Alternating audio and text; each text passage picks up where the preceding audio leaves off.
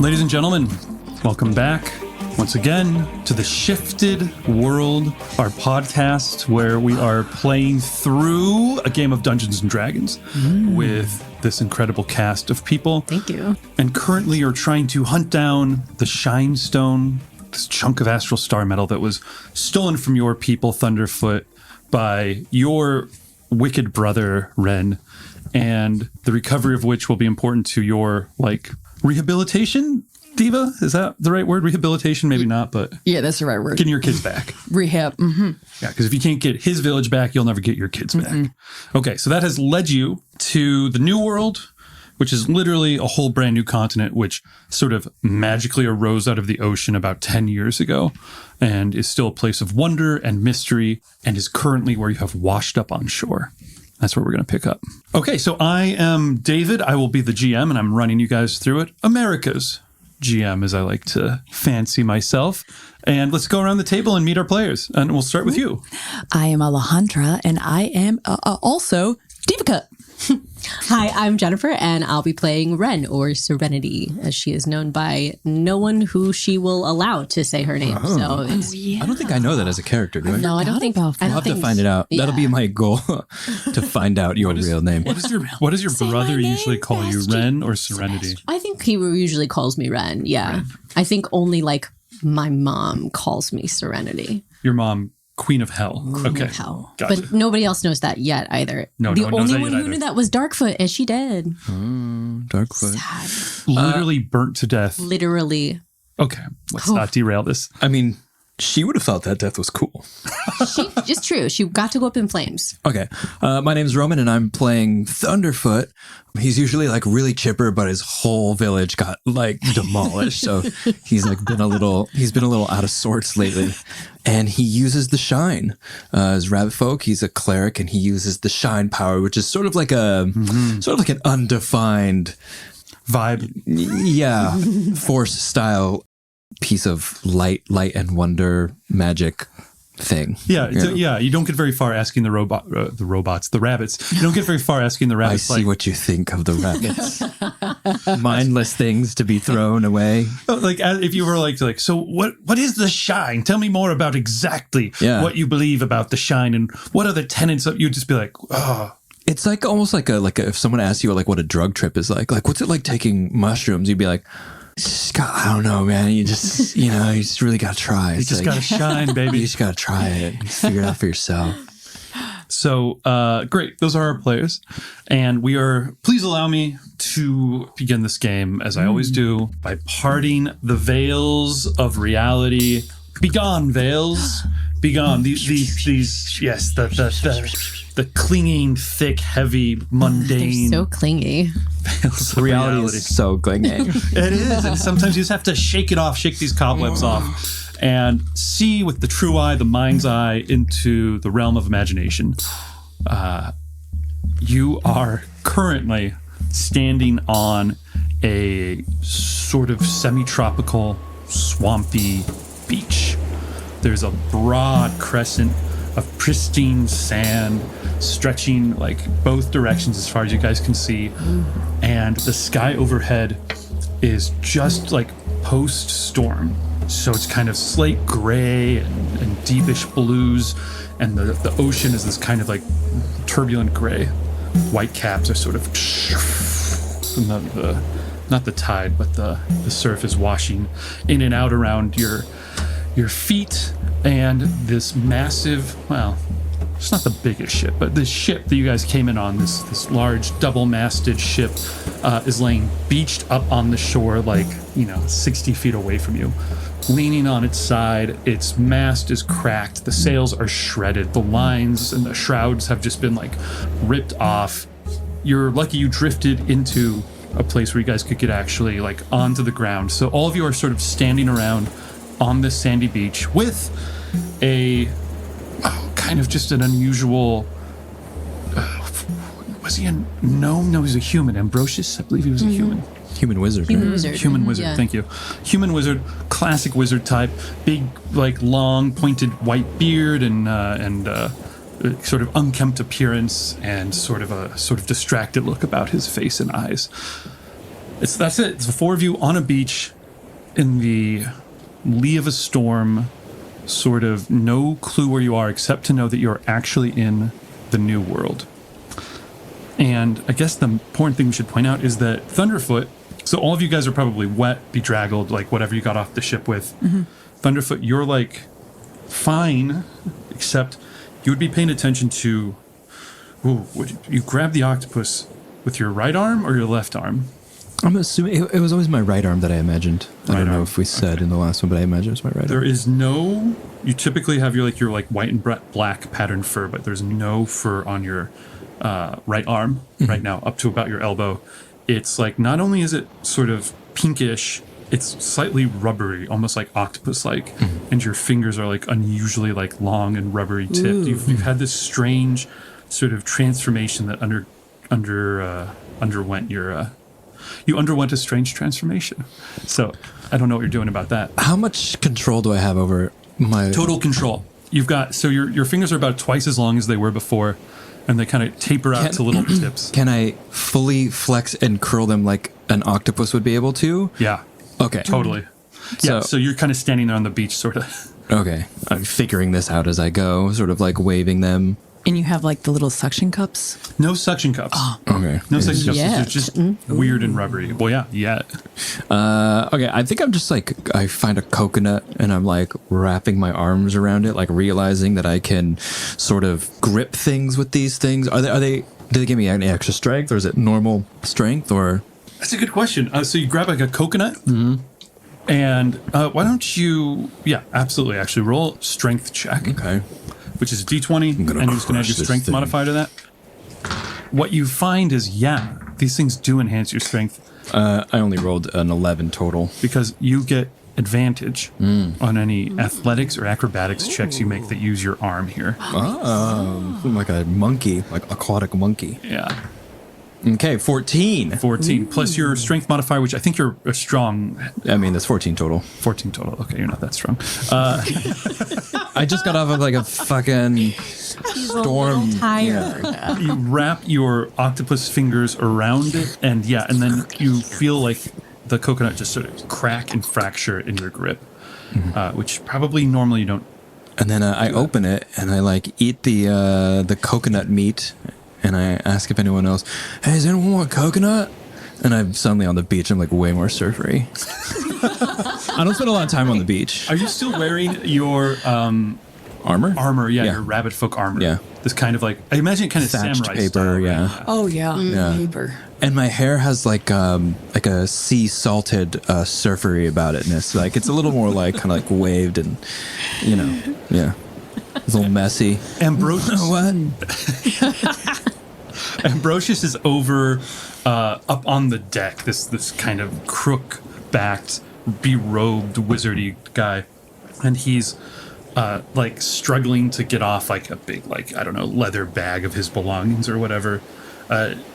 When you guys were probably taking your trip out here, you saw that this place is, he had loaded it up with all of his research gear and all these things. So he's struggling to get them off, and he like drops a big bag off over the side, and it splashes into the surf. And then he is climbing down the rope. And as he does that, suddenly the entire ship, you see, shifts in the sand. This big ship that was on its side sort of shifts slightly upright, and all the sand underneath the beach begins to shift and start sort of dropping away, and a new dune sort of rises up off the side, and then another one starts to shift and move over here. And as you guys watch, the entire beach and out underneath the surf is all beginning to shift and move, and the entire ship is beginning to get moved with it. And do we see one of these dune type things coming towards us, like a wave of sand, or no? Yeah, absolutely. It's not coming too fast or too high, but it is sand starts to spill over your feet and then up to your calves. And is the boat sinking? Do we I noticeably see the boat sinking, and he's on it? He has just gotten off. In fact, you see Ambrosius gracefully drop off of the rope. That was supposed to be sarcastic. He clumsily drops off of the rope and falls onto his back into the water, and it's water's only about 3 feet deep, so he's fine. But yeah, the ship is being, not sinking, it is being pulled out into the water by these drifts of sand as they move. Like, it looks like the entire beach is starting to move away. Like there's something, like imagine something burrowing underneath the sand, something large is shifting. And Graboid. the ship is being carried out into deeper water with it. The wizard springs to his feet and goes, "Mensard, hurry, help! Get, everything's on the boat still!" Oh, God dang it. And then I just like leap forward and start running. Can I run in this sand? I don't know much about this sand. It's classic. So not only It's classic sand. it's a have you ever tried running on sand on the beach? Yeah, imagine this is harder. Have you ever tried running? Have you ever tried running in surf that's about 2 feet deep? Yeah, I imagine it's harder than that too. It's about that hard. Oh, it's that hard. Okay, so like all this undulating doesn't have any like effect on me. And then you're trying to catch up with a ship which is now shifting slowly out to sea. But is our sand shifting too? Like, am I being pulled?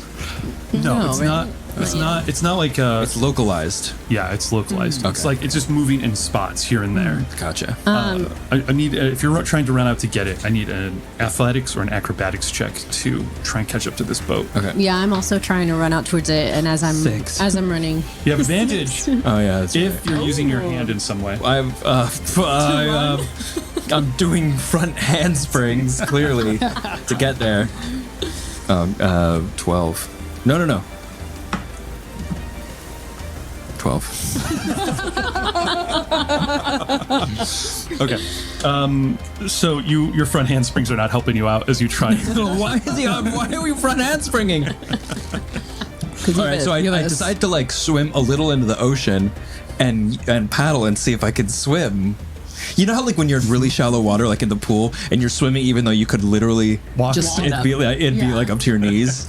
And you have like a octopus hand that's probably like not helping you balance. Yeah, well that's why I want it in the water because Go octopus hand, do your thing. exactly. I put it between my legs and then go like this with my hands and make a little Motor. motor.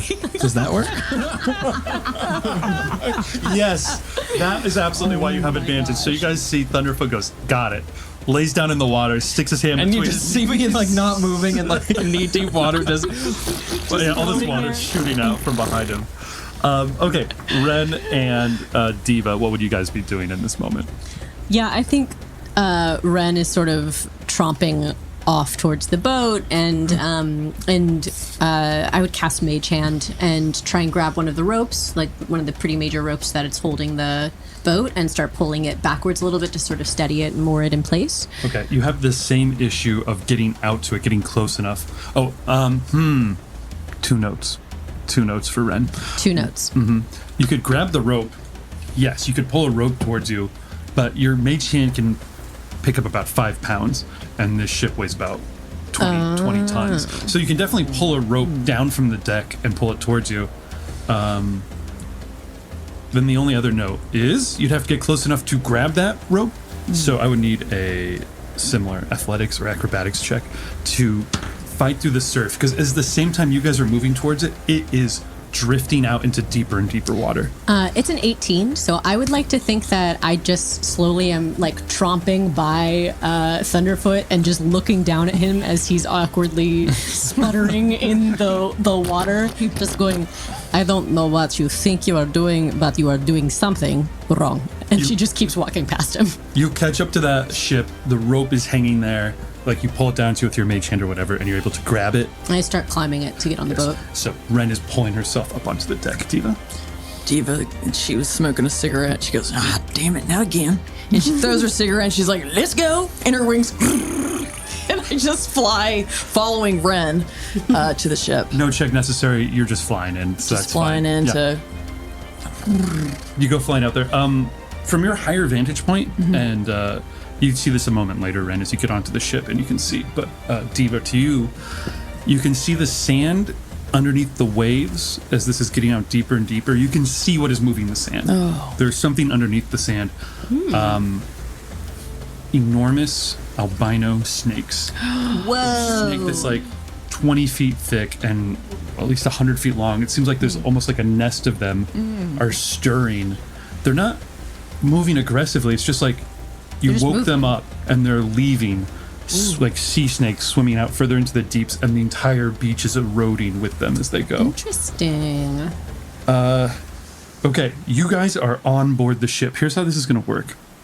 There is all sorts of stuff on this ship when you look around. There are boxes of food, supplies, navigation gear, medical stuff in the little medical room, the lockbox with all of your cash, goods, your personal belongings, and then most important of all, at least according to Ambrosius, who's going, "Get my research materials!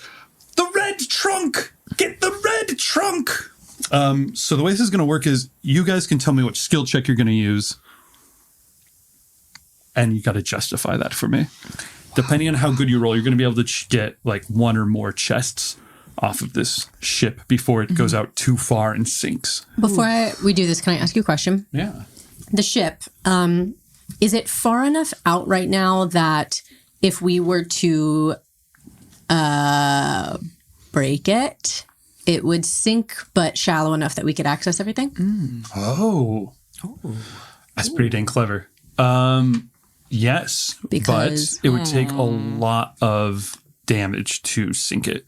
Even to cause like enough of a hole that it would gain water pretty quickly to stop it from That's really clever. being on the wave, on the top of the wave? Yeah, that's really clever. Yeah, I think Because if it's a slow sink and it's taking on water, theoretically it would just... Okay, you could try that. Yes, you could go down below docks. You would have to like either go below deck to where it took some damage. Yeah. You're talking about like blasting a hole in the Yeah. bottom of the ship. Are there things that would be ruined by going underwater? Well, my thought is if Yes, it's in probably. shallow enough water, most of the things that are important are probably stored above deck at a certain point, right? So theoretically, if it's in pretty shallow water, then Like only half the sink? bottom half Here's would what I'll sink, say. It would be, and the rest would be above the water line, right? as Ren is thinking about this possibility, I will just say it's not a sure thing. Sure. You could sink it. Yes. Could things be ruined? Potentially. Could you sink it quickly enough that it'll be in shallow enough water that you could dive down and get it? Potentially. You'd basically have to choose to do that over the more certain approach of grabbing a chest and jumping off before this thing gets too far out. Okay. So it's kind of a risk situation. The two of you have gotten on the deck. I'm going to cut back to Thunderfoot. How far am flopping I? in the water. You're basically, it's moving away from you as fast as you're moving towards it. How far is that? About 60 feet. I'm still 60 feet away. Yeah. God, I have really knocked. You hear that like the sand is moving underfoot. The water's getting deeper. You're at least in like waist deep water now. You can make another check for me if you want to try and. I mean, I have to catch up. I mean, is my movement here to catch up with the boat, or can I catch up with it and do something? Or do you want me to try and catch up? This is with your the boat? movement to catch up with the boat if you still want to do that. All right. I'm just going to do. What did you want from me? Acrobatics? Acrobatics works, and you have advantage from your arm. That was a 13. Okay. Oh, wait, no. Yeah, 13 and 18. Noise. Noise. 18 will easily do it. Ooh. How do you use your arm? Are you still doing the same? No, I was like, what are you doing, Thunderfoot? You look like an idiot right now. And so I just used my massive jumping skills, which I'm assuming even in the water can blast me out. And I'm like, and I remind myself as I'm in the air, I'm like, don't forget where you came from. Don't forget who you are. You know, you're still a rabbit. Own it. And then I land with like a massive splash. I will say, I think your Or arm can not. help you by, as you come, flying towards the edge of the ship. Not only is it stronger, as you sort of reach your arm out to like grab onto the ship, your right arm like extends an additional like 3 feet. Okay. Kind of. I have a little like a Mr. Not Incredible, but Elastigirl. Who am I thinking? Stretch Armstrong. Yeah, you got a little Stretch Armstrong energy going on here, which is like it's probably weird, but you like grab onto the deck. Yeah, I'm like simultaneously like, no! You know, like it's simultaneously nightmarish and simultaneously awesome. Okay. You two get to make a check here. What check would you be using to search the... Well, let's start with Deeva. You're thinking about whether or not you want to just try and scuttle the whole ship. Okay. Deeva, what would you be doing? Oof. maybe I would just head straight to something to grab. Okay. Steve want to grab. What skill would you be realistically using to search through a big ship that's on its side, partially flooded with water, with all these like rooms of like chests? Let's see. Like stuff is probably some of it's above deck. Most of it is probably below deck in the hold. So you'd have to like go down into this tilted, So we're going down together. soggy hold. At the Maybe bottom. perception? Perfect. Perception works for me. You're looking around. You're a real sharp cookie. All right, roll that up. No advantage or disadvantage. Let's just see how good you get. And then add 14. Okay, 14's enough to find a chest that is under wherever it is. I'm going to run down the list of things you could try and grab and pull off the ship before it gets too heavy. And I don't know how the little pixie is pulling one of Remember, these. she's strong. Remember, like Tinkerbell. She's very strong like Tinkerbell. Yes. Okay, here are the things. You can tell me which of these would be the thing you try and grab. And this is about all you're going to have time to grab off unless Ren's Gambit ends up working. Food. It's just like from the galley, you could grab Yeah. as much as you could throw into a sack and fly off. Yeah. Okay.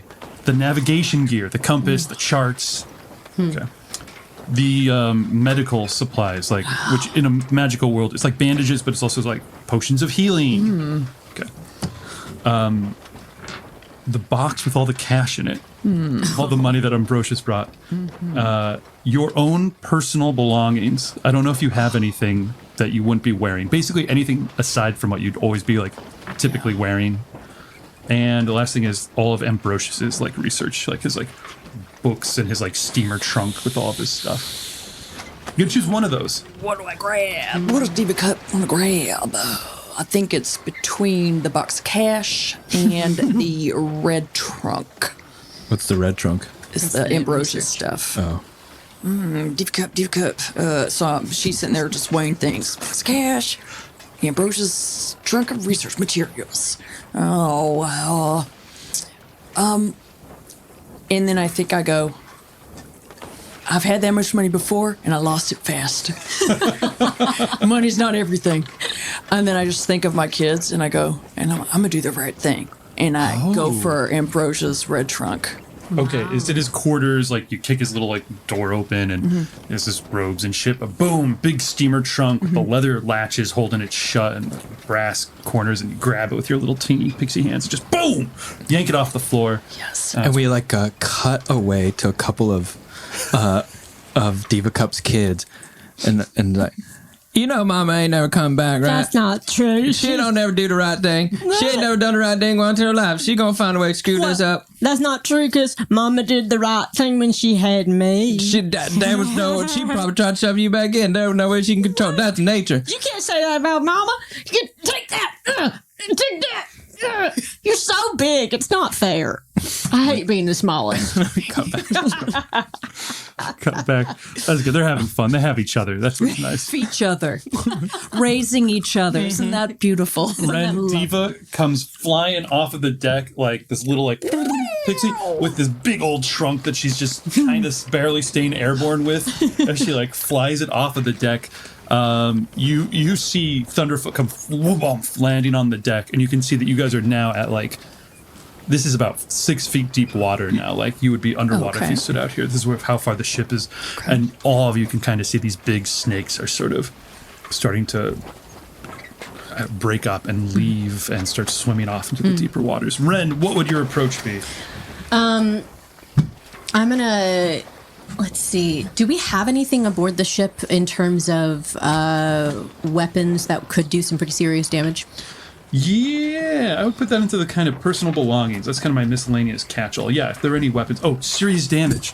Oh, you're talking about. I'm talking about like explosives. I'm talking about like if there's healing potions. Are there things that Ambrosia was messing around with that would be explosive in nature? Oh, because come on, he's a probably be in wizard. his personal supplies. Okay. That's a good question. No, I'll say there's stuff. That's a good call. Ooh. Yes, he was like the first time you met him. He just blew everybody up. Yeah, he's an unstable dude, both mentally and maybe physically. Yes, in his chambers, there's probably his like alchemical setup of shit that he'd be messing around with. His chemicals, his little stoppered bottles. Yeah, you could explosively combine that. Okay, I'm gonna look over at Thunderfoot and say, I know you don't trust me, but trust me on this. And I tell him to run to Ambrosia's cabin and grab these like bottles that I've seen before. And I tell him to meet me down at the bottom of the ship. And then I run to the bottom of the ship. And I'm like, yeah, but she's already ran away, so I can't like respond. Do you do what she says? No, I go like, I don't trust you. Are you kidding me? Just trying to sabotage us, maybe. And are there still snakes? Because I want to talk to these snakes. Oh, talk to the snakes. They're under the water, under the beach. So they're like, you would have to like jump off the ship into the water to try and talk with them. Okay, well, this is the first time I've seen that there are snakes, and I know that I can speak with animals. So I just jump down into the water, and I put my head underwater. Yeah, I mean, if you jump, well, it's deep enough now that as you jump into the water, it's like 10 feet deep or whatever. So you can like sort of... But like from the top of the ship, that is not that deep. Like I could break my neck pretty quickly. So I go feet first. Spoosh! And I stick my head like, well, I'm in 10 feet, so I'm already underwater. And I go...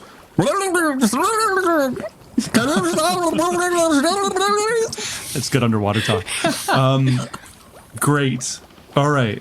What skill are you using to talk with them? I know you've got a spell that lets you talk with them. Yeah. Sweet. You cast that. Okay. But I have to use some I need sort like of... a check to like...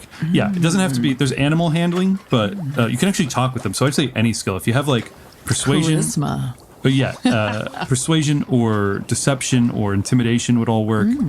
None of these... None of those are good for you. Great. Nature? Are you any good at nature? I mean, animal handling is the best I could think of. Okay, animal handling works for me. Okay. Roll that up, but wait, before you do that, you're just kind of being like, stop doing what you're doing? Well, yeah, I mean, like, here's the problem. Is like, do they speak as a unit, or am I going to get the attention of one of them? Is it like a school of fish, or is it like a unique snake that's like, what do you want? What do you want? Someone woke us up and we are grumpy. It's probably more like that just because they're so big and there's like a dozen of them, half a dozen. It'd be just hard to be heard by all of them. All right, so so I'm just like talking one to or the closest one. Yeah. Yeah, and I'm just trying to get its attention and let it know that we need this boat and we're sorry. Okay, nice. It was a 1. A natural one. Yeah. Great, you dive into the water. That's all they hear. And this rabbit is down there splashing around in the water. Nothing like a rabbit in front of like a massive snake, going like asking it to listen to me. Yeah. The good news is one What of the could snakes. you want You more? do get the snake's attention. Because I'm a rabbit. It's all sort of cloudy with the sand in the water, and one of these snakes sort of that's a little further out. It's like in 20-foot deep water. Sort of turns its head towards you. And it looks right at you with these two big, like, deep red snake eyes and its white scaled face, and it just... And I'm like Chris Rock at the Oscars, like, nothing's wrong. Come right on up. and it opens its mouth real wide all of a sudden with this Sounds about right. I think the snake itself is starting to coil essentially in a way that is sweeping the water and sort of forming a little vortex. Coil around me. In a real big Do I loop. notice this? Yeah. Well, I mean, if it's such a big loop, I don't know if I notice what the rest of its bond No, is. yeah. It's like a 20-foot loop. Okay. And then it's displacing water in a way that it's making a little eddy that's kind of holding you in this little pool. Okay. Seems dangerous. Okay. Okay. Just throwing that one out there. Ren, Yeah. Thunderfoot does not meet you underneath the deck with anything valuable. Am I surprised? No. No. So I get down to the bottom. I search around for anything that looks remotely flammable, and I immediately press my hands to it and try to set it aflame. And in that spot, I like set I was thinking like a blanket or something. Yeah. Like I like set it aflame in like one particular area, and then like have both of my hands on it. So the purple flames are sort of jutting up around me, and then I shoot. These are just the flames that you generate. Yeah, when these you are just want. my natural flames. Yeah, absolutely. You could totally set a blanket on fire, no problem. Yeah, so I just set it on fire, and I'm like pressing it against the bottom of the boat in one area, and then I cast Eldritch Blast. I start rolling my hands and sort of fueling the energy of it, and then cast Eldritch Blast right into that center where that blanket is afire. Okay, let's see. Where hopefully the wood is weaker now that it's been burning. It's a good plan. It would help to have some explosive chemicals. In this case, all you've got is your, I think it says Explosive personality. You've got a D10 points of damage. So let's see how weak this wood is. Roll your D10. If you get a pretty good amount of damage in, it's going to puncture through the bottom of this boat. It's not so high. That's a 10. That'll do it. You really push hard. That wood splinters and blows away, and the big gout of water sort of pushes into the boat, and the whole boat starts shuddering and going down. And as I climb up to not be stuck in the sort of bottom part of the boat, I try and snag anything that looks light enough to carry with me. Is there anything around me that's Light enough to carry with you? That would be down here? So, not probably. Like little weapons? things, but nothing like that's going to be. Is there like a bow and arrow? I was looking there's for my totally bow and a arrow. bow and arrow Great. down here, yes. Yeah. Yeah, floats by on the water. Great. I snag that as I'm climbing up. Okay, that you grab, you climb up, the ship is taking on water. You come up onto the deck. You don't see Thunderfoot anywhere. Surely he got away safely. What would you do? You don't see him anywhere. You don't know that he got away safely, I but what don't would see you him. do? I think my first priority would be to just check and see where we are in the water, and if it looks like we'll be able to access the ship if it's shallow enough. If it looked like my gambit worked. Yeah, it's pretty far out. It's gonna be a little bit of the ship will be above water still. You're probably in like 20-foot-ish deep water at this point. So yes, it looks like probably you'll be able to swim out here later and see what else you can get off. So yeah, it looks like it works. I mean, I assume knowing that he's a wizard, he probably put some like waterproofing spells on all of his trunks and stuff because his trunk seems to be safe. His trunk is set down safely on the beach by Deeva Cup. Great. By Ambrosius. And he's like, oh, thank God. Oh my God. The most important things are located in this trunk. And you better be right about that. My personal diaries, my lucky pen. Deeva's done. I'm flying and having a cigarette. I got hope my they're cake. okay in that boat. Yeah, the boat You're is like still from the describing shore. it? Yeah, the boat like from shore. Like the boat is like way out there in the water now, like 100 feet out, and like going down faster now. And Ambrosius is just like, I hope. Thank you, Rico. What? I hope that Gren is okay. What do you think my name is? Rico. Rico, am I saying it wrong? It's Deeva. He squints at you very confused for a minute, coming back to the boat. I don't think any of us know what's going on with that. All right, here we go. You're on the boat. What are you doing in the... Later on, like, yeah, that man called me Rico. I go on. I gotta see what this snake down there is gonna do. Oh, right. Ooh. Okay, what is your... What is your armor? 18. Ooh, it's pretty good. Go ahead and make a strength saving throw, and I'm going to give you advantage on this because of your octopus arm. If you can describe how you're using it. 14. Okay. The snake essentially swims up close to you and sort of opens its big mouth and causes like water sort of pours in like How big is this mouth? Is it as big large enough as to me? park like a Volvo in, like a compact car. Unhinged jaw could easily eat me. Yeah, it could swallow you whole. So it kind of like swims and moves its big head underneath you and opens that up in sort of the dark water, and water just starts pouring in, but you are able to sort of swim and keep up above the current of the water. Okay. But it's just kind of waiting for you to get like swept down into its Okay. mouth. What would you do? Because I've like realized that I have this like weird Stretch Armstrong with my like tentacles, I like fall down towards its face and I jut 2 tentacles into its nostrils, like, and I extend them as far as I can, like up into its brain. And I go, I've had a bad couple days. But you're Risky underwater, so gambit. it's- I like you go with it. I've Towards his face. Make, I think that's like an attack roll. Yeah. To try and stick your fingers up its nose in combat. Do you want initiative or just I gotta go? I think you just gotta go.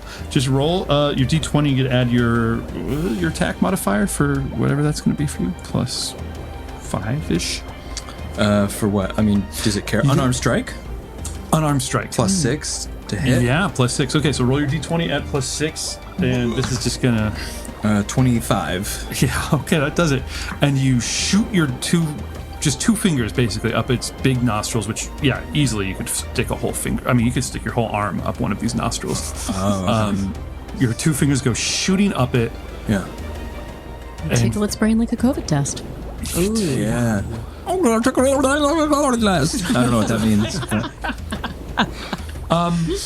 Trying to think of how this. I think the snake would be. It would definitely sneeze really hard, having had my brain tickled by a COVID test. Yeah, absolutely. I mean, That's the I'm natural assuming reaction. I'm trying to kill it. I'm not trying to tickle it.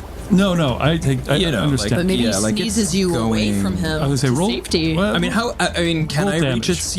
Okay. I can I reach its brain stem? I What I'm don't. trying to do here. I hear what you're. I hear that. I hear that. Just not sure if it's long enough of a Yeah, I don't think your fingers can extend all the way. feet.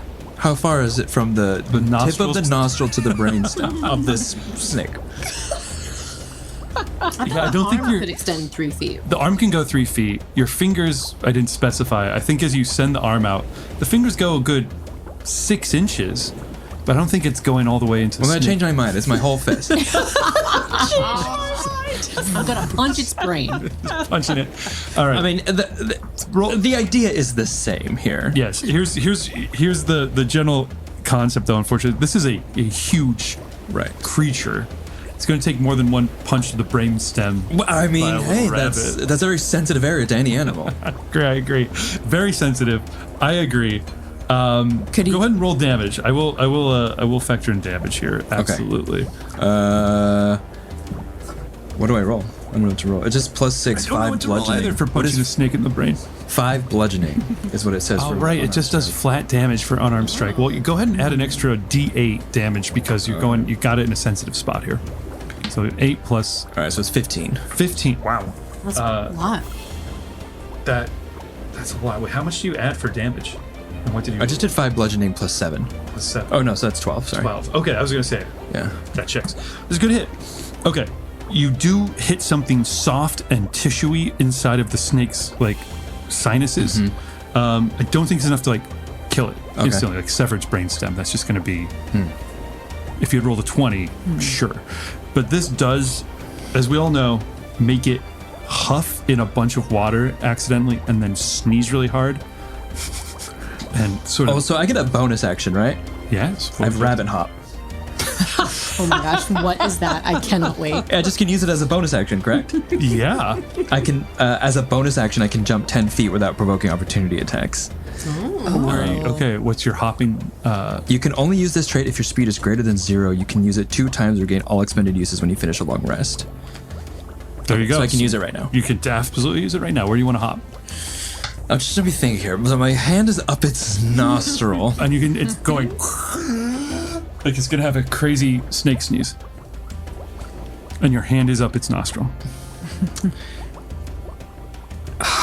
Okay, here's the thing with this. Can Go I on, yeah. use this as part of an attack or only as specified as like a hop to get away? I'm open to interpretations here. This is a game where I'm a little more open to interpretation. Well, okay, Are you no- going to hop your fist as hard as you can forward? No. I'm going to grab some brain tissue and then put my feet on its nose and then hop and try and yank it out yes. through the nose. I gotcha. Look, you gave me a long octopus arm. I did. So of course I expected you to lobotomize a giant snake with it. Great. Yeah. Okay. All right. Absolutely. Of course. This is the game of imagination. You grab a hold of whatever's in there with your coconut crushing tentacles You're going to pull yourself into its nose. I'm not pulling myself into its nose. I've put my feet onto its nose, and I'm going to use my bonus action to hop off while Okay. I have hold of it. I think that is beautiful, and I love it. Okay, so give me that either an athletics or an acrobatics check with advantage to see how firmly you manage to hold. If you manage to really rip that tissue out of that, All right, that is a 23, that's pretty good. and that's less. Okay. 23 is pretty damn good. You grab a hold of whatever that tissue is. The snake's really trying to sneeze, and then your legs just kick off of its snout as it sneezes. And there's a horrible tearing, ripping sensation. And you come Squelching sound. just kind of like that. And you just come blasting up out of the water. Slow motion, sun glistening off me, holding something, some sort of Pinkish, wet bloody, trail. matter. And you come flying out, and the snake is just convulsing violently in the water. It's just,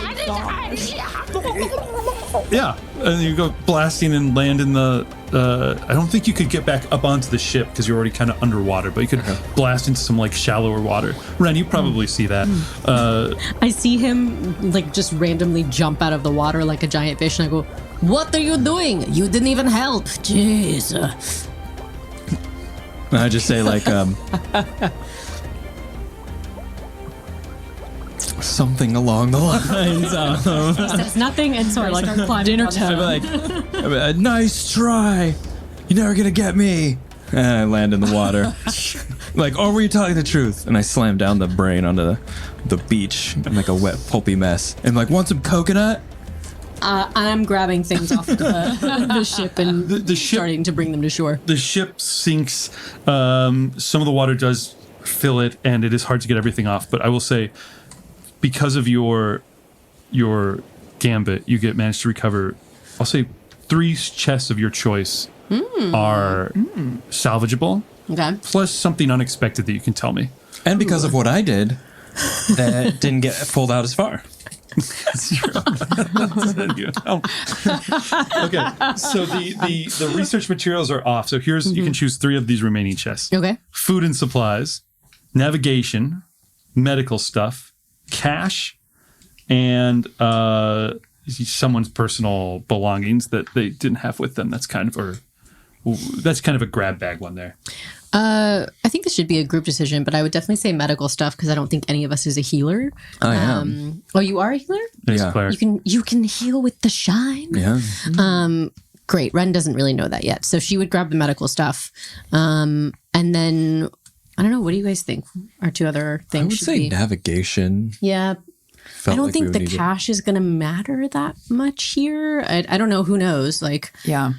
so I'd say navigation. I'd say We're a wily bunch. I feel like Food? Deeva Cup just steals shit. Yeah. Yeah. Yeah, I was about to say Ren's kind of like whatever about the possessions because Food to live would feels be like she would good. just take I have a whatever she gambling wants. problem. If I don't you know give me how that far money, we are I'll from a lose it. town either, so like I don't Yeah, know. so I No guess- one does. I certainly don't, says Ambrosius. Food. So what I'm hearing, food and supply, like food, navigation supplies, medical stuff. And then You can said take one of them, you said? You can No, we take get all 3. 3 of those. And you said an extra item of my choice. And something unexpected, which I haven't even thought of. Yes, so something that's on the ship that that's there that's cool. Something that's on the ship that's there that's cool. Like they left it over. Yes, or something like that. I mean, it could even be like something kind of like You said no to explosives already, right? could be the explosive stuff. Beanbag chairs, so you're always comfortable. You're carrying that. Some kind of weapon. Yeah, I grabbed the bow and arrow for me already. Yeah, I think probably the explosives sound very fun. Okay, you managed to get those out as well. So you have a bunch of basically volatile alchemical supplies that, if combined haphazardly, will just blow up in a big way. Great. So what 3 chests did we get? We got a medical, a medical? food, Food and supply. and navigation. Yes, Food and food is like food and supply, like camping gear. Rations. Yeah, Yeah, stuff, exactly. anything that we could like need to survive, basically. Exactly. Yeah, the rations and canteens and tents and bedrolls and stuff like that. And you were trying to decide between the cash and the research I supplies. know better. Deeva Cup learned. You cannot give her money. I'll lose myself. The good news Go is to you do not casino and lose it all. you do not find the money by the time the ship sort of settles, and the snakes have totally left, except for one, which is just not really moving.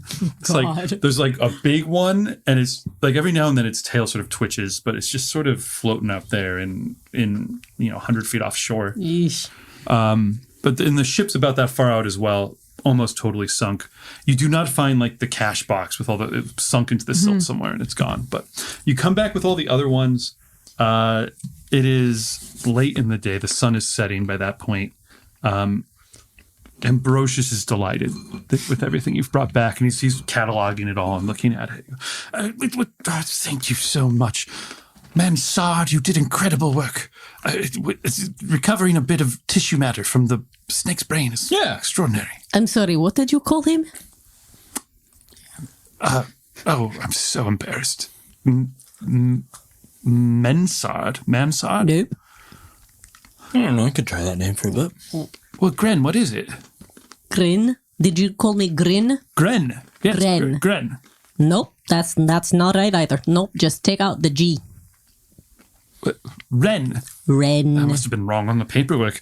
He says, and he What paperwork? goes over to his personal trunk and snaps it open and goes through and finds some parchments, and there's like 3 parchments he comes out with that seem to be contracts. Yes, the crew who was supposed to come and help me with my experiment and volunteered to help me explore the new world. And yes, I've got it's all right here. Gren, Rico, and Mansard. And you can see that there are kind of like Drawings of them? Yes, drawings of them. Let me see what I look like. Yeah, let me see. And I just snap. Yes, let's see. Exactly. What do I see? Mansard is like definitely a dude, but he's like very hairy. He's got like a big beard and long, like shaggy hair that goes down the back. If you had bad eyesight and squinted, maybe it looks like a rabbit guy. Yeah, Ren takes the Mansard paper and hands it over to Thunderfoot and is like, well, this clearly is you. Oh, yeah, I look pretty good. The one for Rico does look, it's a guy, but with sort of like angular, sort of pixie-ish features. But obviously, like if you were to shrink the person down to a few inches tall, potentially, and then Gren looks absolutely nothing like you, but the name is Gren, so it's somewhat close. Ren holds up the like picture of what is the picture of? Oh, like a guy with like an eye patch. Ren holds this up and like shows it over to Ambrosia and goes, "You thought that this was me?" Well, I don't know. You showed up and you said your name was Gren, and then this was you clearly here to help me out. And wait, are you telling me you're not the people that I hired to come with me to the New World? I'm used to covering, so I always agree, and I don't want to get in trouble. Yeah, no, we're people you hired. Are we people you hired? Yeah, I'm like, I say that out loud. I see what she's doing. Yeah, we are those people. We are very obviously not those people. Oh, sorry. But We're you not hired people. us anyway, so we're here. Well, then why did you decide to come to the New World with me? Like, this is one of the most Why did you want to go to the New World? We have a very good reason. Revenge. Revenge? Oh, yeah, I want to get my kids back. He's starting to look like alarmed, like he's just been hanging out with a bunch of people, and then all of a sudden realized he has no idea who you guys are. Not on you. And I like extend my like little weird tentacle hand like 2 feet to him and I go on his shoulder. And I go, "It's all right, dude." I don't have no clue who you are or what you're doing traveling with me. I think like your hand lands on him, and he's just, my God. Oh, I've read about this. Oh my goodness. Oh, Mansard, wait, what are your names? Thunderfoot. Ren. Buttercup. Okay, what are your real names? All right, That dude. sound made up. All right, this guy's annoying. Okay, I'm sorry. Look, let me take a look at your arm. I think I've heard about this effect. We might as well make camp and plan our next moves. I honestly have no idea where we are or how far we have to go. And you can tell me about why you're here. Fine. Scene transition. It's night. You're camping. You're camping on the beach. It's a swampy beach, but you find a dry spot. She's There's like swampy beach. lots of like mangrove trees forming dense green just up inland, and it gets very dense as you go up too high. They're really tall mangrove trees, and their roots come like way down and form these big woody archways that like interlace each other. And you hear creatures up there and birds cawing and stuff, but dry patch of beach, plenty of driftwood to burn, campfire going, lots of supplies you managed to come back with.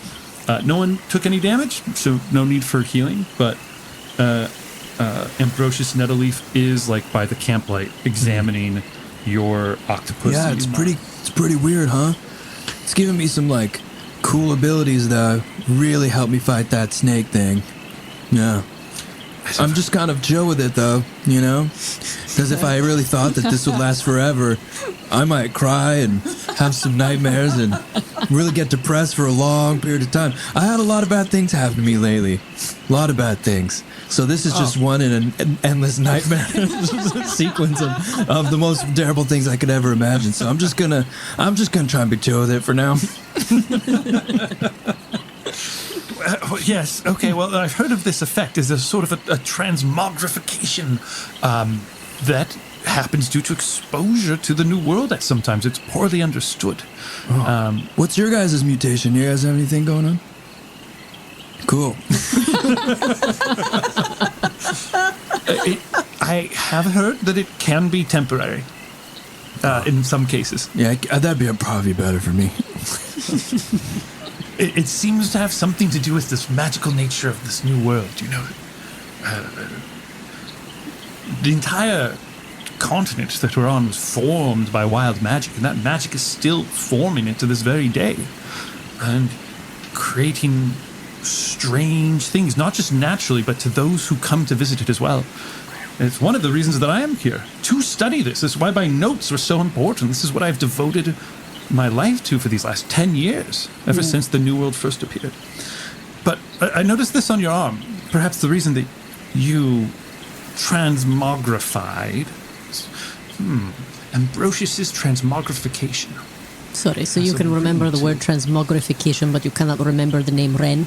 You're the ones who appeared under false pretenses, as far as I'm concerned. We came looking just to get across the ocean. All right, guys, we all know. All right. Thought we were someone else. I'm hungry. Well, you got the food chest. What's in it? Oh, yeah, actually, I got the question. And Ren is going in the food chest and just pulling some things out and starting to snack. And she goes, if I eat something from this weird new land, will I get that? And I point over at his weird octopus arm. Seems, as far as I understand it, it seems unlikely. I'm hoping to learn more from those who've been living in the New World, trying to explore and experiment. But what I'm detecting, and he has like a whole little kit, a whole little magical kit with little magnifying glasses and crystals and golden things that traces of astral star metal present in your fur and have you been exposed to large quantity of astral star metal at some point in your life? No. No, hard to explain. He definitely has. He shines it with his butt every day. Oh, you mean Shinestone? Then hell yes, sir. Perhaps that's most likely why you were the one who experienced this. As trace amounts of this could result, perhaps. Astral star metal has the unique property of conducting raw magic in unusual ways. It must have served as a sort of lightning rod almost for the magical changes in this world. Wow, you're saying I have Shinestone energy in me? Oh, not God. Really. Oh. Yes, I do. When I look at my... They've got the big chunk of astral star metal where he's from, and they call it the shiny stone. Shine stone. And that's what you're after. Yes. That's the revenge you're trying to get. Yes, my brother stole it. Her brother killed my whole town. Well, he turned them all to stone. Yeah, and took the shine stone. He didn't kill everybody. He just killed everybody. A lot of people. And well, they will be dead if we don't get the shine stone back. Stone is just the same as dead. Yeah. Isn't that right, Ren? No, but Gren. Yeah. Call you Gren from now on. Yeah, that is confusing. I'm going to call you Gren as well. Yeah. Ren's shoulders just like catch fire all of a sudden, and her eyebrows Transmogrifying like as well. catch fire, and she goes, "My name is not Gren," and like the snacks that she's holding in her hand just like smolder. Deeva Cup finds what do we have, like hot dogs in this trunk? What do we have? I find something, I go roast it over her shoulder. Making s'mores. Yeah. Making because s'mores. And I He's look got, at he's her. got a lot of sweets and confections. I'm sure he's got a bit of a Something I sweet can just roast. So I'm just roasting on her fire. And the whole time I'm like nodding, really, like I'm listening, but I've got a Walkman in, and I'm really just Not here. Yeah, not here. Like people are talking about people. Well, that's the kind of exposition goes on. Eventually, you guys are able to break for camp. He doesn't really have any much more to say on that, other for these navigation materials which you recovered. It seems like Bluffport is about a 3-day travel north, so we're not too far off course. We should be able to follow the coast up through these jungly climbs, and then we'll get to, the city. So I guess we should get a good night's sleep. I suppose so. Yeah. Pretty tired. I took a snake's brain out today and got mutated into a fish thing, so I'm gonna take a nap. I just fall asleep right where you're Just literally just flop back. asleep. And I do have maternal instincts, so I notice everyone falling asleep around me, and I go, oh, these silly little, they're somebody's babies. They're all somebody's babies. And I find blankets and I put them on everybody. And I'm like, And you're the last one awake. Ren is awake. She kind of eyes you as you're putting the blanket on her, but like through sort of slightly closed eyes, here and you just go. There you go, little devil baby. There you go. and you're stroking her hair, and she's just like trying not to smile. Like velvet in that little boy's smile. And you hear a little voice that's like, oh, that's nice. And a little like snake comes up. He's like, have you seen my mom? Oh God! She went on a hunting trip. Haven't seen her. You look like a mom's. And I grab the snake and I bring it. You're not going to bite my babies. And I just toss it in the fire. Yeah, it's writhing and burning. Welcome to the new land. Welcome Really to the pulling new a white people thing here and killing everything we see. like that. That damn snake's too big. Kill it. I will just say, Ambrosius, if you're up late, Deeva, Ambrosius is probably also up late as well, plotting courses and navigating stuff. And if you're smoking your cigarette, he comes over to you as well and goes, sorry, mind if I sit here? And he is taking out his own, pre-rolled, tobacco cigarette things as well. Pull up some grass. I just wanted to say thank you very much. If I'd lost my lifetime's notes, and I appreciate what you're doing. And what was your name? Not Rico. Oh, man, you can call me Rico. I've been called much worse. My name's Deeva Cup. Thank you, Rico. I appreciate it. Oh, okay, you're welcome. Do you have a light? Yeah, of course I do. All right. And he sits there in the dark twilight smoking with you before just a fall out and just two little embers of people smoking by their trunks, washed up on the shore of the New World. The lapping of the waves on the shore, the occasional spasm of a giant snake out in The crackle of a baby Seizure. one in the... in the fire. And we fade down on your first night in the New World. You're woken up the next morning Not snakes again.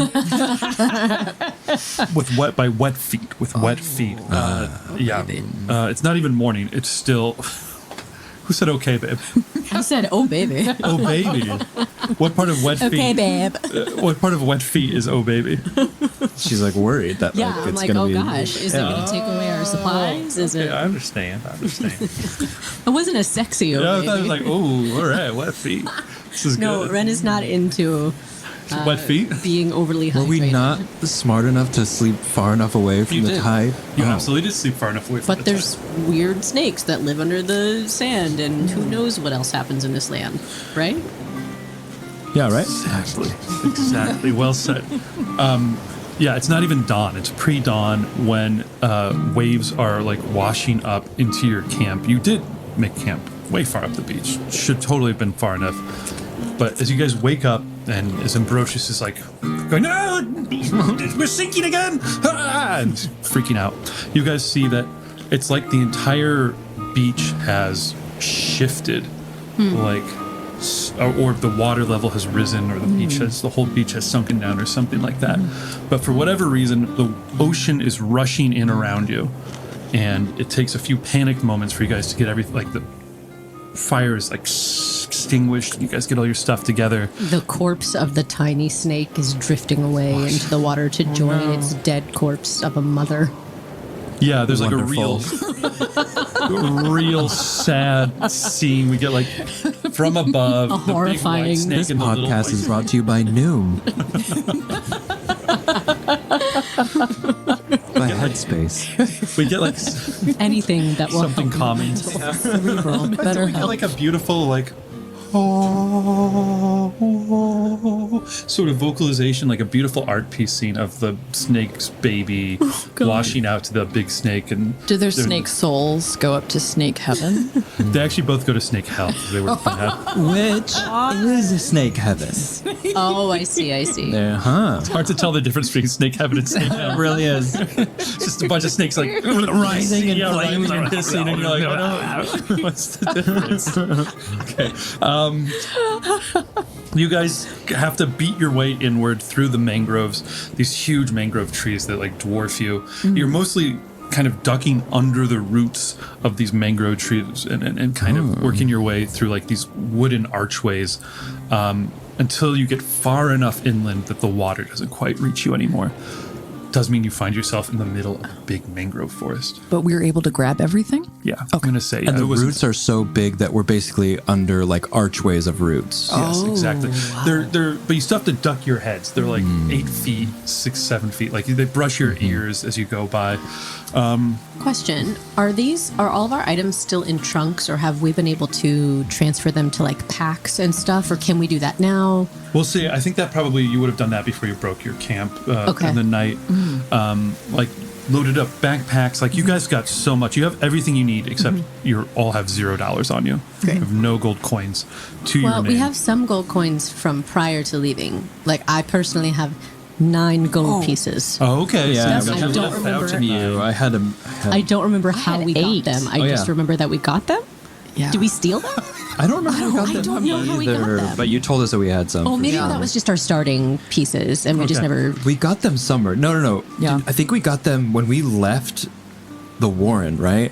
Oh, Like we did all we? like got a few. I remember this. We all rolled for it. Okay. So you've got just I don't remember what I had though. Honestly, I'm looking for my notes and I don't remember. If you don't have it, you don't got it. I see here 100 copper, 10 silver, but I think I was just writing. Oh, yeah. I had Oh, 1 gold equals- equals $10, 1 silver equals $1. Yes. Right, that because is you accurate. bought soup. I did, yeah. You paid for it with your money. That's yeah. why we came up. That's with why that. you broke it down like that, because you ended up having to use some of it. You soup owner, you. Okay, that's right. You ate like a couple big bowls of soup. Well, Cabbage. you're in this, so it is like pre-dawn. Even if the little sky was out, it would be totally overcast because there's this dense canopy that it's like the canopy is like 20, 25 feet overhead. And these, you're kind of like having to grab roots and kind of duck under them and pick your way slowly forward. And that's what your day is like. It's a lot of picking your way through a swampy forest for hours and hours and hours. Beautiful. Yeah, and every now and then as you go, you feel like the whole land will sort of shifts in a weird way, like it undulates, like just. And some of these trees sort of rise up in front of you, and all of a sudden you're going up a hill, and water sort of like runs in somewhere else behind you. Yeah, it's almost as if the land is like a slowly moving ocean. I'm gonna get like a running start, run up one of the roots, and jump to the top of this tree. And I use my hand like one of those sicky slap hands to the side of the tree, and then I try to peek my head above the top of the tree. Excellent. You absolutely do. So you see, it's probably later in the day. We've got bright sun out. Bright sun. It's not at all like this like shadowy, like afternoon under the canopies kind of vibe. Get up there, bright sun, beautiful emerald green mangroves that are just spreading all around you. Boy, what could you see? You would see basically the forest very slowly rippling. It's as if this whole jungle sort of It's giving me like Crouching Tiger vibes. but like, yeah, kind of even slower on a larger scale, where it's sort of this like very slow waves that are kind of coming in and out, and you Probably actually also the same way you would describe what a forest looks like if you're on shrooms. yes, that's right. It's not dissimilar to experiences you've had on the Shine when being at your field. Yeah, I'm like, am I on the Shine right now? Pupils are hugely dilated. And Dave Cobb was like, I've seen this before. This is not unfamiliar. You actually would see that the direction you came from towards the shore, that's going through a sort of a dip. The forest is sort of coming down, and you can see that sort of swampy water is flooding into the lower space from the areas that have gotten higher. And you guys down below, as you stand there, you see like trickles of water are running down through the sandy soil towards you and starting to make your feet get wet and everything like that. And Ambrosius is like, hurry, let's keep going, uphill. That's the pace of the day, and it probably helps tremendously. Why don't you give us a survival check to see how effectively your day goes? You can, All of us? one of you can roll survival. Who's And- got a good survival? I do. I have great survival. Oh, I Pointed to you plus anyway. 0. That's perfect. Well, you're the one jumping up the tree, so it's good that you've got a good survival. Roll it with advantage because you're using your head here, and also you have all your navigation. That's a natural 20. Oh! It's a candy cane. The candy cane dice with the candy cane looks a lot like a 1 when you roll it. Deceiving. But It's just very cute. the candy cane guy. Is there literally a candy cane on Yes, that? there's a candy cane instead of the 20. I'm rolling. It's all candy canes. All coming up candy canes. Thank you. It's on the top. It's on the black. Gatekeeper Games. Gatekeeper Games. Gatekeeper We Games. love your dice. Yeah, thank you for Also, sending us they're the a This dice. is the 2019 Christmas Dice Limited Edition set 1 of 2 Gatekeeper Games. Baby. That's right. Those were sent The to us. candy cane. Sponsor us. They kind of did. They sent these to us because they Just were kidding, you did. Thank you. subscribers. Yeah, so they were you. kind of helping us out. Natural 20. Holy Yeah. crap! You guys make remarkably good time through Wow. these forests, and We are so survival. Yes. no problem so whatsoever. You find a good dry place to sleep, and the next day is much the same. And the day after that, you guys are making your way through the forest towards. Every now and then, when you poke your head out, you can see that up ahead somewhere, the forest starts to thin out, and there are like the distant suggestion of like tall cliffs ahead, which apparently is where Bluffport is, and that's what you're heading towards. Give me another check here on your second day survival check. Me, you guys? Yeah. 22. Ooh.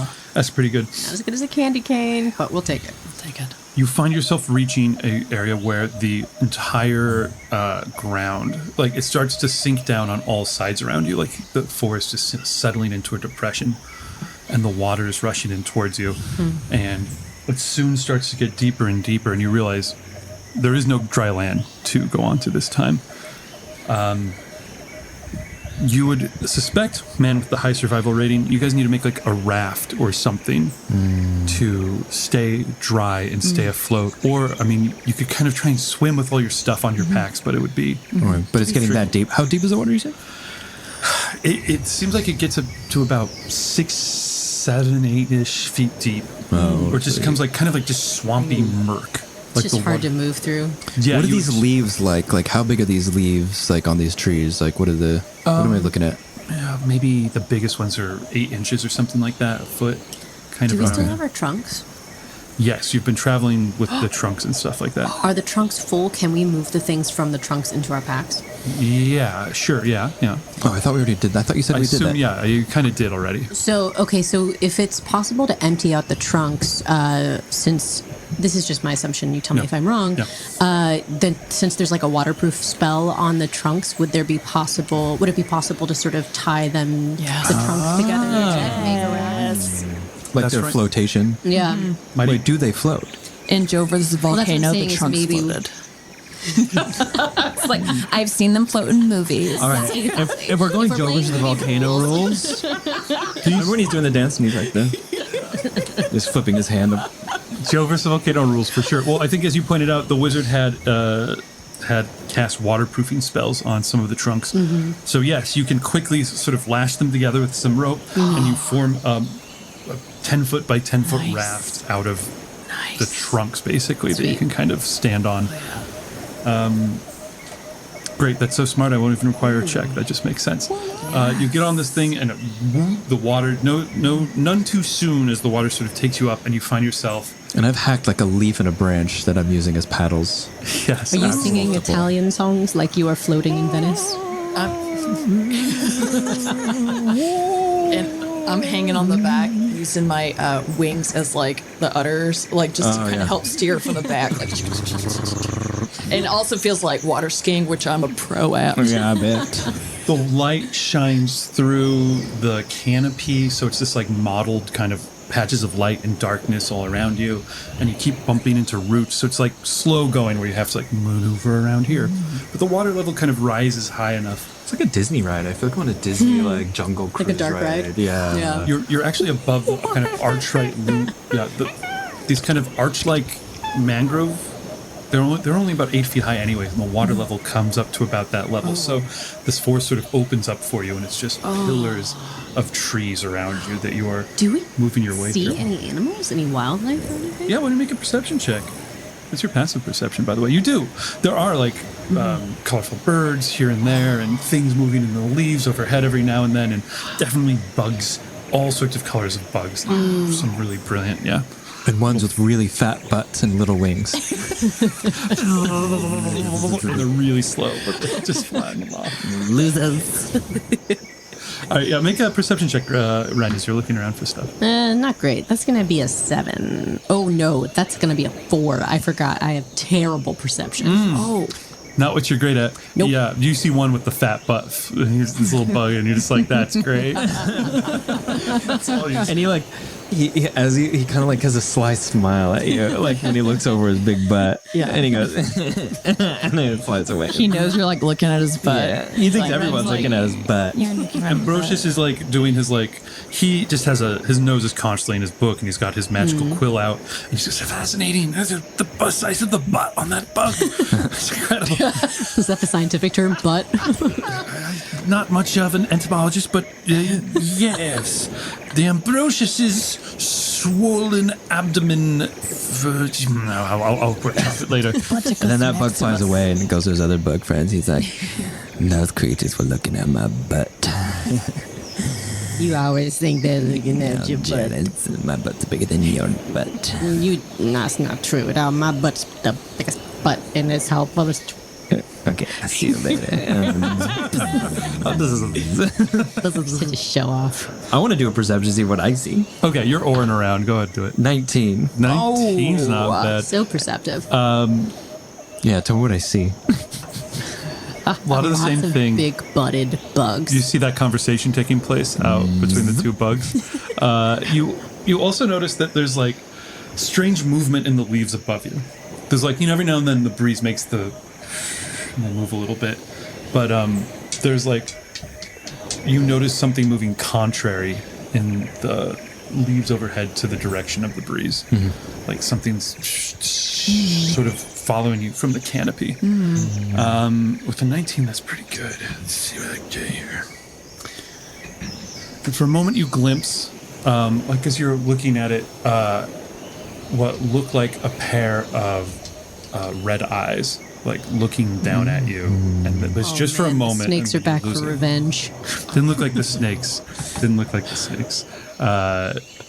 You don't know what it was. Like you couldn't make it out as different from the Yeah, as I'm paddling, you both hear me like say under my breath, We're chill. Everything's chill. Ren just assumes you're like talking to her. And is like, yes, nice to be chill with you, bub.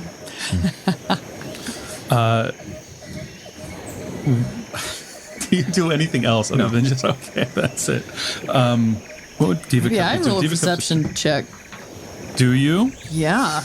Everyone's looking around, seeing what's to be seen. There's nothing to do but look. But look and I just have a 8. Yeah, you're trying to look around as much as you can, but you're really flooding your wings and pushing. Oh, this yeah, thing. that's true. You're kind of focused on that mostly. And that like bug comes up to you and is like, hey, look at my butt. That's true. The bug to you is like, the butt is significantly sized. Are you salting me? Because it was asking me to look at its butt. That was a little inappropriate. Yeah, right. You know you like it. As you approach some of these trees and you have to come through them, all of you suddenly hear the shaking up above you in the canopy, what Thunderfoot had heard, and something leaps down out of them onto the deck of your boxes, the deck of your raft. It looks like as it comes sort of leaping out of the canopy, trailing leaves behind it. It's about the size of a jaguar, but its body's entirely made out of like leaves and roots, except for like the red eyes. And sticking out from where its elbows would be on its forelimbs are like long, jagged spike thorn things. Whoa. And it lands and it hisses and then it pounces. Shoot. Roll initiative, please. Wow. Things are heating up. Look out! Shouts Ambrosius. Little Damn eggs. you. 13. 13. 17. 18. 18. Very easy. Deeva, you would get a respawn first. So you're splashing in the water. A bug has just assaulted you inappropriately. And then this thing lands on the raft, and the entire raft goes. It's pretty tight quarters here. I mean, you're in the water. Yeah. You're oaring it. So it's you, Ren, and Ambrosius kind of on like a 10-foot by 10-foot space. Yeah. And this jaguar. Jaguar just appears. And so I jump out of the water. I'm like, okay, hold on. All right. And I'm trying to make eye contact. Shh. I'm trying to walk over to it and be like, settle. No. Shh. Baby, it's okay. Settle. I've dealt with meaner things than you. Because I was a bouncer at a roadhouse, in case y'all forgot. It's looking definitely like It's definitely gonna bite attack you. me? Yeah. I'm gonna go, all right, settle. And I make sure it's making eye contact with me. And then I do a spin kick into its face. All right. That's what got those drunk people at the bar. Seattle. Kick him out. Roundhouse. Okay. Then you have to get talked to. Be like, just try not to beat up the customers, Deeva, please. Deeva, you can, let's hear. So I forget what the heck you are. You're a rogue. That's great. You can make a sneak attack on this thing because you're getting the drop on it here, basically. Oh, great. So roll to So hit. she did sneak up on it. Well, I guess that was a sneak. I was like, oh, we're cool. And my kick's so fast. It's a sneak attack. It hasn't had a chance to act yet. She's Yeah. a sneaky person. Yeah. That all works for me. It does like the head cock, like a dog. It's like, Yeah. And then a little fairy roundhouse kicks it. Okay, roll your d20, add your attack modifier, which is +4, and let's see if you hit this thing. Oh, a 5. Plus your modifier? Which one's You can use, they're all going to be about the same, but you can use this first one, rapier. Oh, okay. +4. Okay, well, that's a miss. So that's a 9 total. And do I get I can that's use so a bonus happy. action, Okay, so well, I'm that's not a like... okay. Not like next to it. Yes, you absolutely can. Okay, so then I miss, and then I what is disengage? Okay, great question. Combat. Disengage means if I'm fighting somebody, if I just try and get away from them, they get a free attack on me. Yeah. So disengage is an action you can take where it means you're cautiously, you're not leaving an opening. Normally you have to like spend your whole action. Like it means like I can't attack. I just have to spend my whole action like getting away. But because you're a sneaky little mofo, you can do that for free. Okay, and I miss the kick and I go, disengage! You get up, saying that as you back away. Yeah. Back like probably right. off the raft. So you're probably just hovering over the water as this thing's on the raft with you guys. Yeah. Okay, 17 Ren, you're up. Can I ask about the environment a little bit? These mangrove roots that are around us, are they like typical mangrove trees in that they have sort of like the smaller roots that are extending down to the water that are kind of like ropes? Oh, like from the canopy that's like dangling down? No, kind of from like sort of From the roots themselves? Yeah, sort of from the roots themselves. All of that is submerged right now because of the water level is It's sort so of, high. yeah, so it's just like the little lowest bit of the base is So visible. there's no like Just the trunk. accessible vines or ropes or anything. Well, I didn't say there's no accessible do we all have vines. Oh, you're right. That's a have different ropes? question.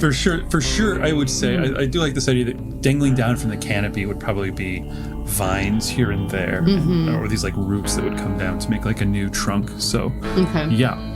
And are there any that are like long enough and accessible nearby that I could reach them with my mage hand? With your mage hand, absolutely. Great. I'd like to use mage hand, and while it's being engaged with being roundhouse kicked to the face, I'd like to try and wrap one of the vines around one of its legs, like in a tight sailor's knot. Okay, that's very clever. All right. I think I need a skill check. I don't know what to ask for. Just like a dex check, almost like a d20 plus your dex mod. Yeah, that makes sense. Do you have sleight of hand? Are you any good at that? Yeah, I have a +2 to sleight of hand. Okay, let's try that. Well, that's a nat 20. Yeah. Yeah. 22, baby. Okay, so like you pull one of these vines from behind and like just deftly and invisibly knot a rope, a vine around the hind leg of this thing. Would that count as both my action and my movement? Count as your action, but not as your movement. Great. So I'd like to use that as my action, and then for my movement, I'd like to jump off of the raft and onto like a big root nearby, and basically start shouting at it to get its attention. In the hopes Onto like one of these dangling roots, like kind of like a vine, or onto a trunk of a tree. onto like are there? I assume these trunks are the trunks are pretty wide enough big tree trunk. that I could actually maybe stand on one of the roots, like a big knot in it or something. Oh, sure. Yeah, there's definitely something big enough that you could jump over and kind of like, so kind of hang on to it and kind of brace yourself. Yeah, that's kind of what I was picturing, was like leaping onto like sort of a big knot and sort of holding a bit Let of me it. ask you a question about this. Is the rope detached, or are its legs dangling now? Did you detach it from the top of the canopy? So what I'm trying to I kept it the vine that in my brain. Go on. Tell me if this I think I'm with you, but go ahead. Go ahead. So the vine that's growing down from the top of the tree is still connected to the top of the tree, Yes. and the bottom part is loose and is wrapped around the ankle of the monster. And I have now jumped off onto this other part away from the raft, in the hopes of getting it to follow me. In the hopes that it will Would then it pull him up? Yeah, will in the make hopes jump. that it will be Jump yanked and- out from under. Okay, so it's like a shoelaces tied type of Yeah. thing going on. And you have pulled that off successfully, as far as I can. So you jump off the raft, you grab onto this other tree. The raft kind of shakes again. It's still sort of drifting on this sluggish current that's taking it away, but it's sort of a slow current. You're moving just a couple feet around. Thunderfoot, you're up. What would you do? Interesting that I go before it jumps off and like kind of like. You could so you could always choose to delay, and you go, I'm gonna wait. Yeah, I'll wait to see if it does the thing that she wants it to do. It absolutely will target you since you're trying to get its attention. You jumped onto the tree. It turns towards you and it leaps. And yeah, I think absolutely. The vine catches it by its hind leg as it leaps and swings it back into the air. And it is like dangling and skimming the water as it swings back and forth, sort of clawing impotently at the air. Now that I don't know if we're out of initiative or not. I think we still are Okay. in initiative. Okay. Yeah. Then I'll hold off. You'll hold off. Thunderfoot. It's kind of a sitting duck. Okay, but like we're still moving along with the raft, right? Yes. So like, have we passed it, or is it? Yeah, I think it's behind you now, but just by like a couple feet. It basically would be like, it's a good question because your raft is sort of bobbing along, and then this thing was on it, but tied to like so it leapt at you who are over here. Couldn't make it because it's tied up to this thing, so it's like dangling, and the raft is going to keep bobbing along and just leave it behind, basically. I'm just gonna turn towards it and say like, "Hey man, there's been a lot of animal death on this very short trip. We don't want to. I don't want to hurt you anymore, man. So just leave us alone, and we'll leave you alone. Cool?" Is that, are you using your speak with animals? Yeah. That's a great question. Go ahead and make your animal handling check to see if it's a reasonable creature or not. We will attempt to no longer 10. kill the indigenous people. 10. I think it says to you, it's like it swears, like in whatever cat swear it would make. That's exactly right. And then it lets out a yowl, and you realize it's calling to its brethren. It's not alone, basically. So it rejects your peace offering, and it is going to try and, like, you can. It's you turn and you see that there are two other ones. A lot more up animals ahead are gonna that die getting today. ready to jump on you from the other side. Yikes. And they're gonna go right after you, Thunderfoot. Oh. So you have a movement still you could do. How many of these things? It's just like the forest is littered with these things now. There's 3 total? You've only seen 3 so far, Okay, so and you only you see 3. You guys only see 1, but you can see Thunderfoot react to something up ahead. 3 in the canopy right now. And we can probably hear them, right? You can hear creatures around you, Yeah. but you don't see anything. Only because you can speak with it right now do you see what it was talking to. But it just looks like leaves. These things are invisible in the canopy because if they're not moving, they just look like a branch. They have red eyes, right? You could spot that. Is there... would there be any way for us to discern how good their eyesight is? You could make a nature check. Can I do that? Yeah, but wait, I want to Yeah, resolve do his Thunderfoot's first, turn. but... Not exactly sure what to do. I mean, we're on this raft. Neither am I, says Ambrosius, gripping you tightly. Yeah, I'm just like tapping his like with my little octopus hand. I'm like, what Keep me. do?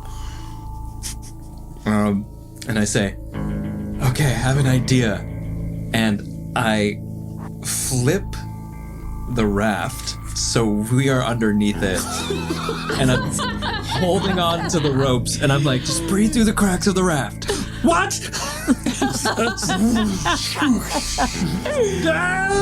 He like lets out like a really awkward scream, but he follows your lead and he's able to like breathe through the cracks. All right, so we're holding onto the ropes, and we're like breathing through the little cracks in the. Nice. Nice. I love it. You feel ka-thump, ka-thump. 2 of these things land on top. You two see 2 more of these things leap out of the canopy, bristling at you like the leaves kind of like stand up on their back and then lay flat. So we're not under the raft. Well, I'm on the tree trunk. I'm assuming you're flying. Are you? Yeah, I assuming you're flying too. Are you under the raft? Yeah, that's true. I mean, I could just You disengaged fly. backwards into the air. That's what I remember. So I mean, I can fly. So I'm Yeah. kind of like probably You can- dodging, falling like leaf Berries. jaguars. Yeah. Okay. So you are in the air. You are on the tree. You guys are underneath the raft, and 2 creatures are on it. It's their turn. The one that's hanging from the vine that you tied around its leg, sort of just is struggling in the air. It's kind of like trying to reach itself up and like rake at the thing that's holding it, but it's Can't struggling with quite that. reach Yeah, I'm gonna roll for that. Let's see if he manages to. Yeah, he manages to bring himself all the way up, and it's not even that it cuts it; it's that it like reaches up, and then it causes the vine to unravel around its own leg. Like the plant Like it seems to can control it. respond to it, Right. Okay. but then it drops into the water with like and it hates that. Okay, good. They Leaves hate go water. everywhere, and it hates How it. well does it swim? Not well at all. Oh, good. So it's not. It doesn't seem like it's easily able to get itself out of the water now that it's in there. Yes, exactly. Yeah, it lands in the water and it's like splashing around. The other two that are on top, one of them is looking right at you, and it lets out this weird reverberating trill, sort of like weird sound. And the mangrove tree that you're on, you feel vines coming off of it and trying to get your arms, get your legs, and hold you tight. As the other one gets ready to pounce. Give me a strength saving throw, please. Okay. Ooh, not going to be great. That is a 8. That's an 8. You are grappled. You are entangled, basically. You are restrained to this tree, so you cannot get off of it. You see this playing out, and then the other one pounces towards you in its hunting tactics. Does a 17 hit? A 17 does hit. Yes, it does. Yes, it very much does. Woo. 7 points of damage. Slashing damage. This thing lands on you and just rakes you and is like on the tree itself. They seem to have a climb speed, so like it lands on the tree and it's like I don't know. It's basically slashing at you with its like thorny claws. Am I able to respond with something that's not technically an action? You could make a pitch. I'm always open to pitches. I'm just saying I'm like basically made of fire. So I would assume that my response to being grappled by wood would be to set myself aflame. Okay. It is grappling you essentially. Not only is it's grappling you, but in a weird like it hits and its whole body loses the shape of a jaguar and just turns into a mass of vines that knot around the whole tree. Sure. And are trying to constrict you To the trunk, essentially. So you can make a grapple check to escape, and I will give you advantage to escape because of your flame. But that's I'm covered in purple flame at the moment. yes, but we're gonna wait, hold on to that roll.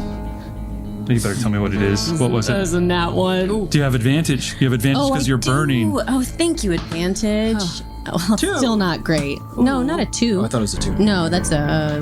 What was it? Sorry, what was I doing? Grapple. You're making a opposed acrobatics or athletics check, essentially a strength or a dexterity check to break grapple. That would be a 9 then. Still not enough. Okay, so hang on to that. So basically you're burning but these things are living green wood, so they're... It takes a while to sizzle. Yeah, so basically it is transformed from jaguar form almost into a panther, or into a python type form, and it is constricting you around this, and you feel it starting to tighten up, and there are thorns on the inside of it.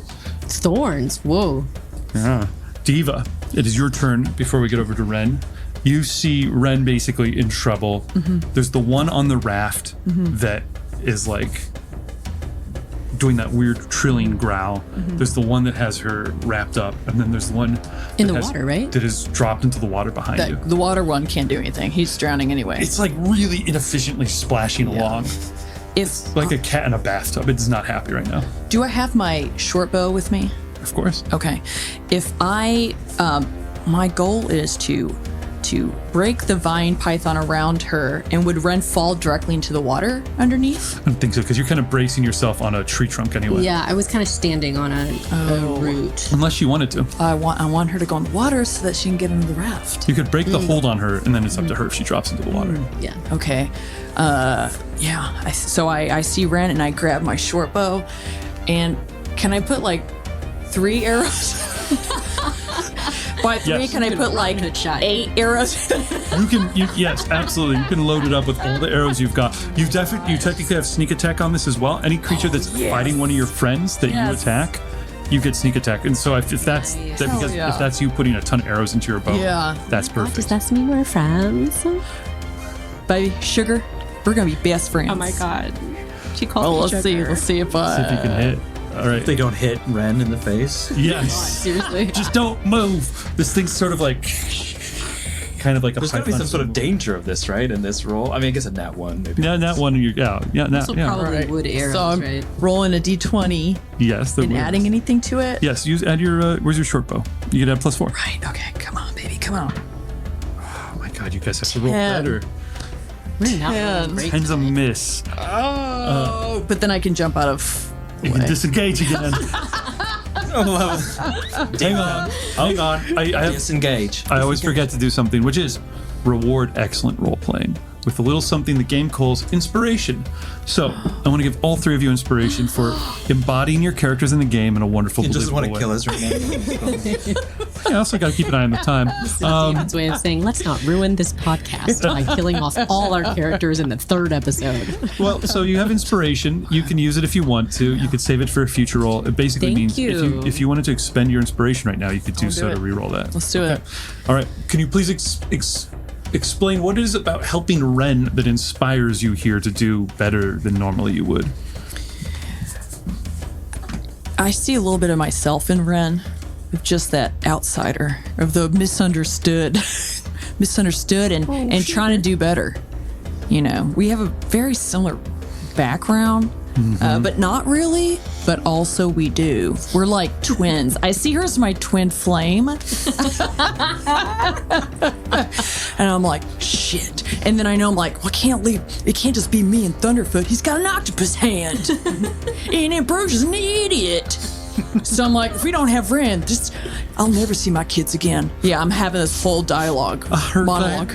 Says Ambrosius crying underneath the Drunks. yeah, underneath the It's raft like, with you. I'll never see my Bing Bong again if I don't save Ren. Bing Bong, baby, this is for you. 11 Plus plus 4, so 15. hits. Yeah. You managed to pull off your. Okay, so now you get to roll damage. Let's see what that does. Okay, so normally that would be 1d6 plus 2. Okay. 2. 4, right? Well, yeah, so 2, but okay, 4, and roll that one more time and add that in. Okay, 6 points of damage. It's okay. Your arrows go flying out. Some of them stick into the side of this thing. It's injured by that. It is by no means killed or debilitated. Are you disengaging? I am going to hide.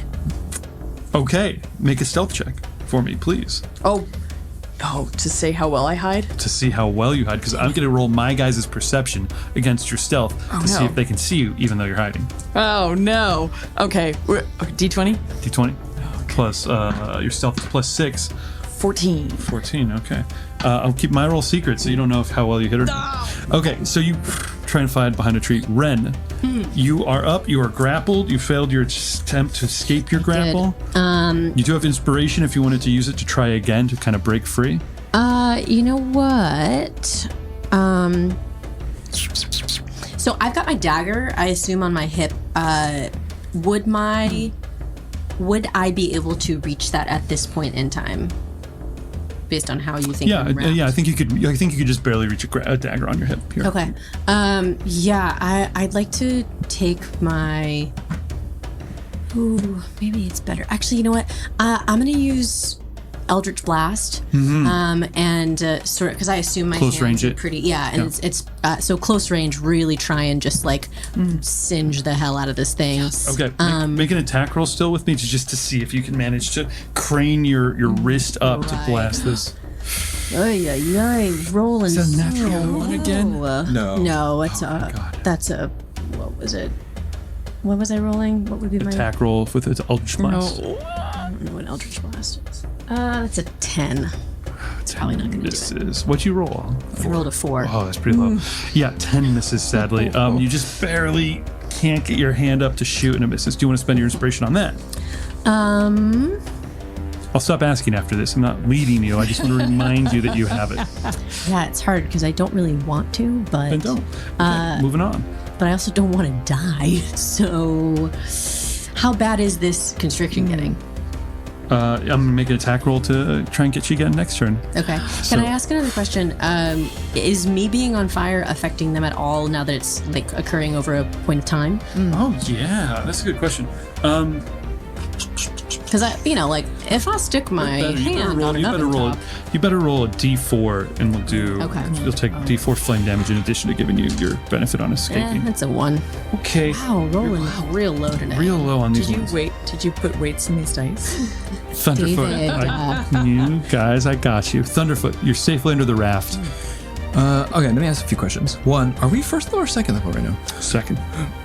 Why do I only have first level spells? You guys have second level spells? You don't get, of course, you don't get second level spells to third level. Oh, okay.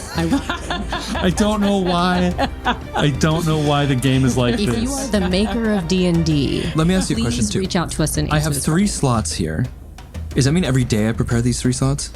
Yes. And I didn't do that, so I'm just going to decide now. Cleric's always going to just decide now. Oh, okay, great. Yeah, you can look through, you Let have a me menu and you can ask just you decide. a question about what these do. That's nice. What does protection from good and evil do? Does it have any effect on anything going on now? No, that's for like magical creatures. So it'd be like, These aren't the leaf things that are changing. I mean, like they're for like undead or vampires or Sanctuary. I can put that on her if I wanted to. Sanctuary would prevent anyone from hurting her unless they passed a check. Okay. Command. Command lets you give a one-word command to a creature. If it fails its saving throw, it has to obey you. It has to be able to understand you. Okay. I'm going to cast command at the python type creature that is around her. The thing that was the panther, the leaf panther. I like that. Okay. Yeah. We call it a vine stalker. Vine stalker. Yeah. Okay. It gets to make, I believe, like a will. Oh, this is why I have your list of spells over here. So I go. Whatever that was, you did. means. What does that translate to? Let her go, Word, dude. right? Get your damn hands off her. Do you pop your head out of the water or are you still under the I raft? yell it through the little slits. Wait, I think you have to see what's going on because right now all you can hear is like whatever you can I hear. can't see underwater. through the slits. Are like bars on a. No, I think you're gonna have to expose your head to cast the spell. Okay, I just stick sorry. it up, and no, it's fine. No. Yeah, I stick my head out of the water, and then I cast the spell. That's important for me to know. I rolled. It fails its saving throws. So your command was to do what?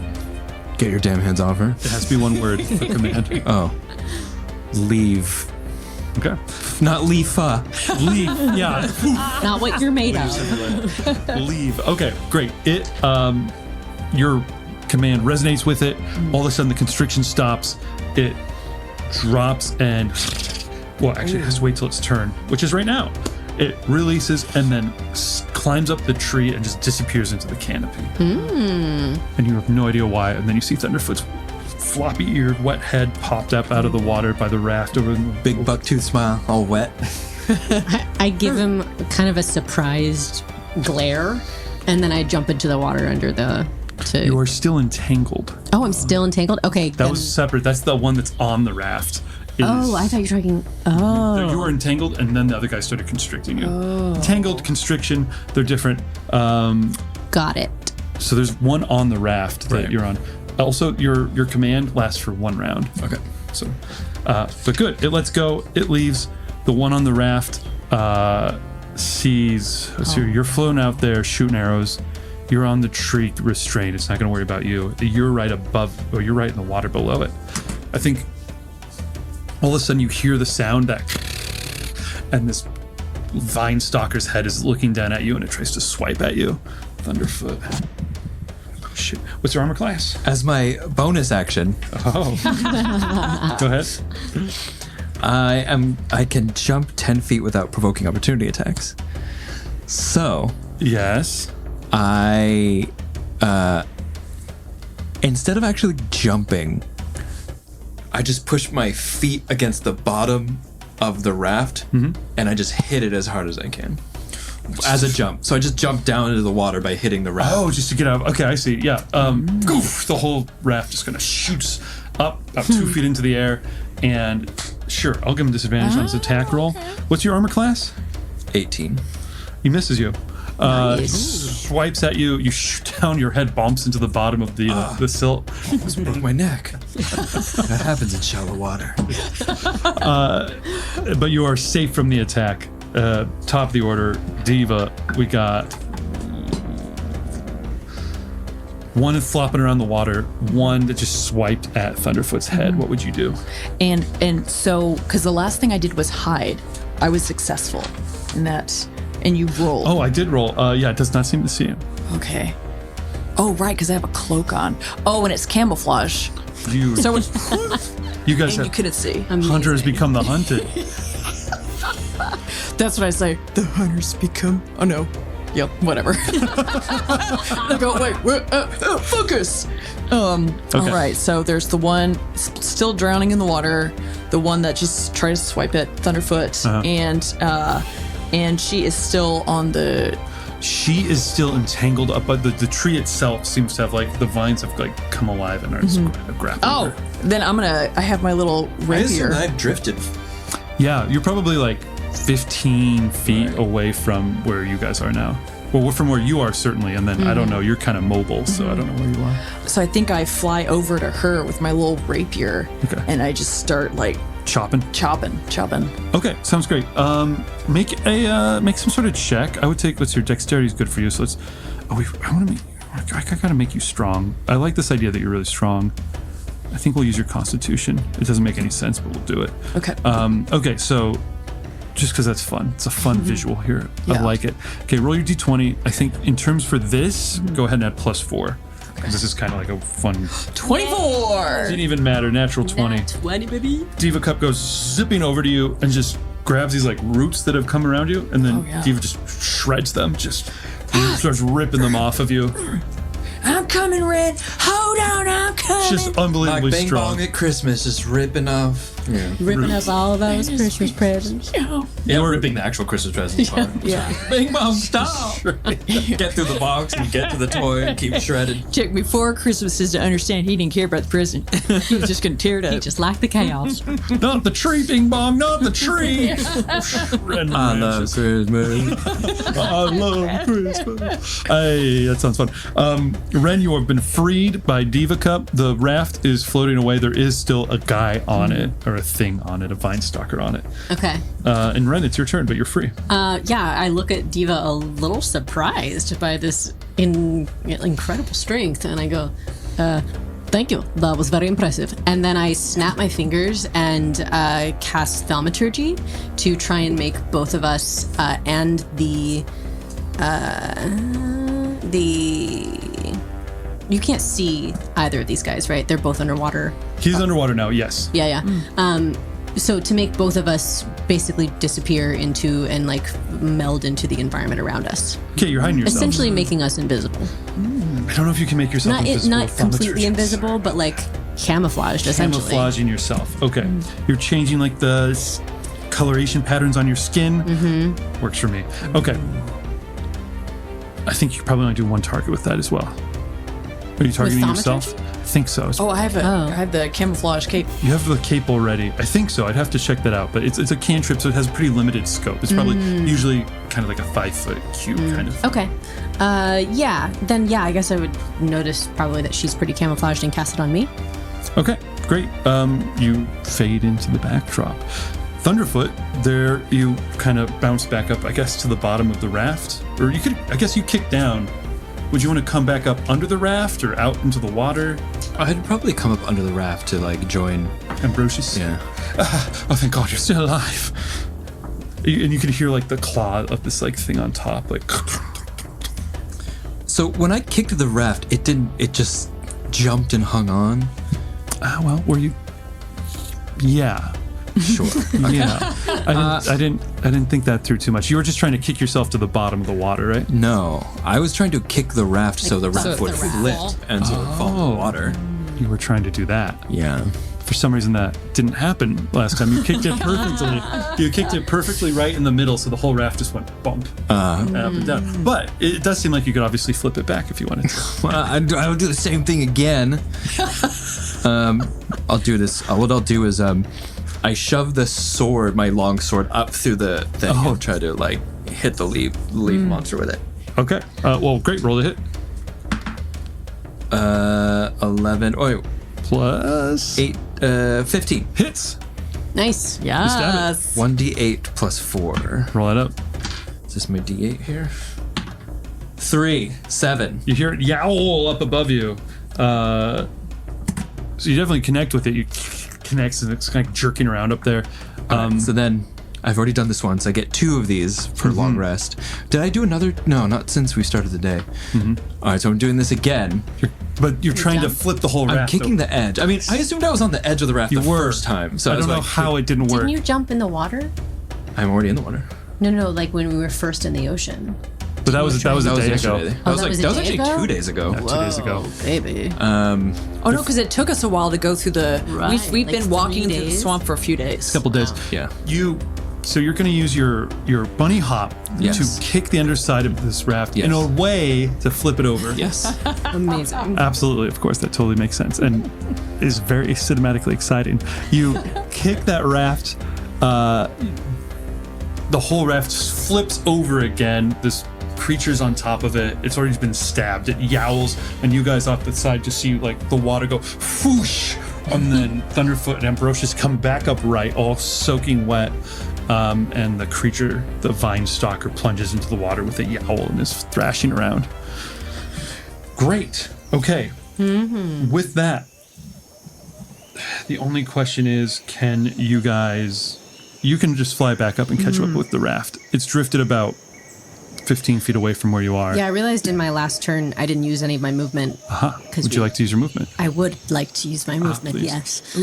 I'd love to do some jumping and use my tail to like help balance me to sort of wrap around where I need extra support and whatnot to get back to the raft. Great. Just a simple DC 10 athletics or acrobatics check to hop to a couple trees and then jump back onto a slick, unstable raft. Wow. Deeva, no trouble. You just Can Ren not get in the water since you're like made of fire? No, I'm fine. Oh, Yeah, I mean, my doesn't like fire it. would be extinguished, but but I'm good. That's a 1. Oh, that's comedic. What's the most awkward way we could imagine you slipping off and totally biting it? Ren jumps over to like another trunk and looks really confident for a minute and is like, "Did you see the way that I?" And then like her foot slips and she just slides and like falls huge splash right into the water. That as you land and you starts to say, "Did you see the way that I like that fat butt bug like flies right up into your face?" Almost gets up my nose. I think it does. Its butt goes up your nose for a second. And my foot slips. Yeah, and and then you I push just, lips and you splash into the water, and your flame goes out, and you totally bedraggled, pull yourself up onto this raft, just like dripping water, And the butt bug goes and is like, "Do you see the way I made out with that chick? You didn't make out of there." Yeah, what do you call that? I don't know, What do you assault. Strike 2, And that butt guy bug. gets totally canceled by the big butt bug culture. Don't appreciate that. Whatever. But I don't even be part of that stupid bug. Okay, you guys get back onto the raft. You heave a sigh of relief, but then Ambrosius goes, I think they're following us. And these bedraggled things have pulled themselves up out of the water, 25, 30 feet behind you onto these different tree trunks. And you can see them sort of shimmying and starting to shake the water off. But they're like looking towards you and sort of hissing and start like climbing up the trunks back into the canopy. Oh, back into the canopy? Yes, that extends over this entire... So they don't really... Do they look like they're actually following us specifically? It looks like you put a damper on their enthusiasm, and you certainly have a couple rounds to try and get as far away from them as you can. Okay. Are we still in initiative? We can, I think we can keep an initiative order, or if you guys want to talk about what the hell you would do to try and make good on this. But basically, if you don't want to keep fighting these things, you need to try and make good on an escape. Can I make an attempt at basically what Thunderfoot tried to do earlier today, an attempt to sort of make a propeller with my tail at the edge, at the back end of the boat? Yeah, just put your tail in the water and spin it around real fast. Sort of, but more like a Your back beautiful amethyst tip tail. Yes, exactly. More like a mermaid swishing rather than a Yes. Okay. like an actual fan. I can imagine that a little more. That seems a little more graceful. Is that something that Ren has done before? I would assume so, yeah. I mean, she doesn't like to swim, so she would rather sit on something, float, and use her tail to sort of propel her forward. Great, then I'll say yes as long as we can flash back to a moment where like you and Liv like Or in a situation where you had to do that. Yeah, I mean, I think when we were kids, there's like these lakes in hell, and Not like many. Boiling Not lakes. many. Boiling lakes. they're boiling lakes, but they're actually filled with souls. And so A That's true, boiling he lake doesn't- of souls. This never bothered you anyway. feet never bothered me anyway. Exactly, I'm the total opposite of Elsa.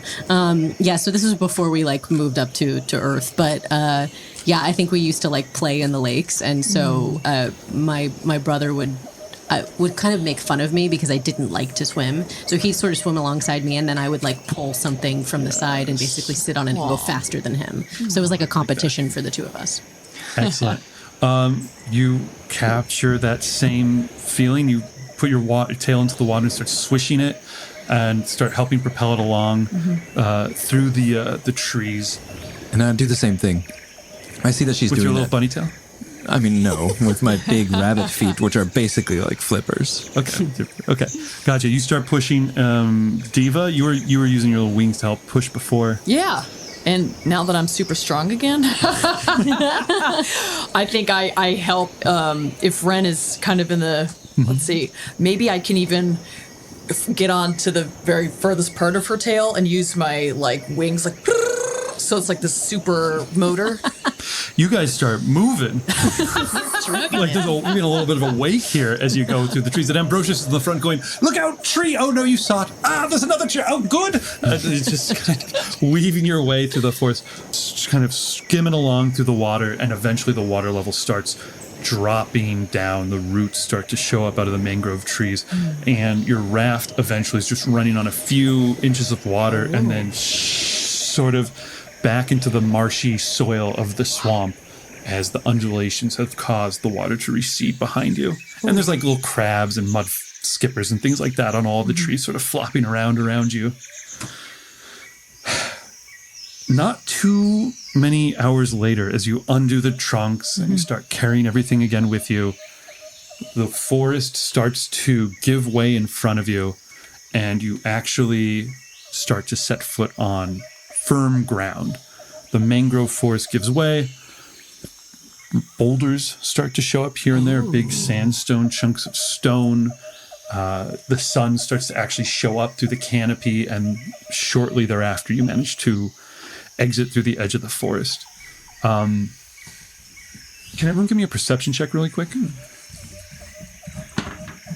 Wow, the lowest rolls. That's a 2. Ren, we got to get you different dice. Those Yeah, these dice hate me they today. hate 10. you.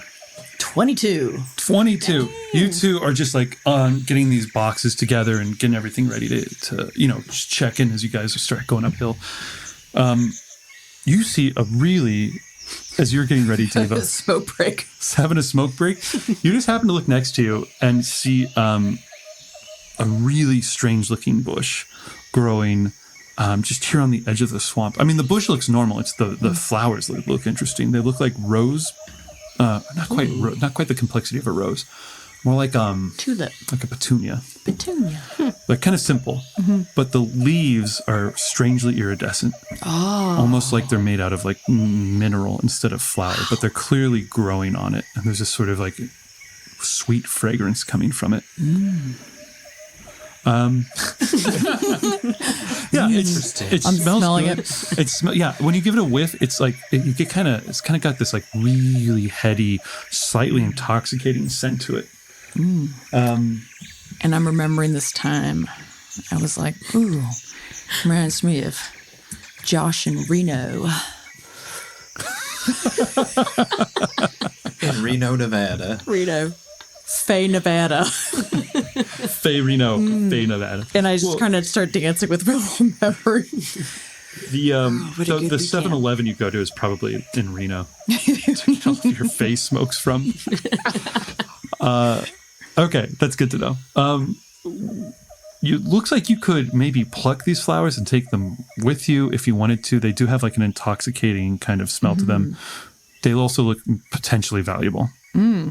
But they're also just growing on this bush in the middle of a forest. No one else has noticed. You could call someone else's attention to it if you wanted to. You could just pick them yourself. I'm just curious. Or you could just leave them where they are. Hi, y'all. Hi. What is it? Look at this bush. What? Look at this bush. These are pretty. They're gorgeous. Very pretty flowers, actually. As a Nobody was- rabbit, I'm really used to vegetation. I've never seen anything like this. So And I pick one What do you make of it? and I put my teeth on it. I go, it's hard. The petals are brittle, like when you pluck it, and they sort of crinkly crack in your teeth as you bite on it. It's like a wafer. Can you give me a Constitution saving throw, please? whoa. They are not like a wafer. It is like a wafer, a weird wafer. Even 16. 16. And you like the weird, like lightheaded sense of strangeness, and then for a moment, it is like it's a similar sense to when you're really tapped into the shine, except similar but different because for a moment you're like whole. You feel yourself kind of like come out of the back of your head, and everything has this like weird glittery glow.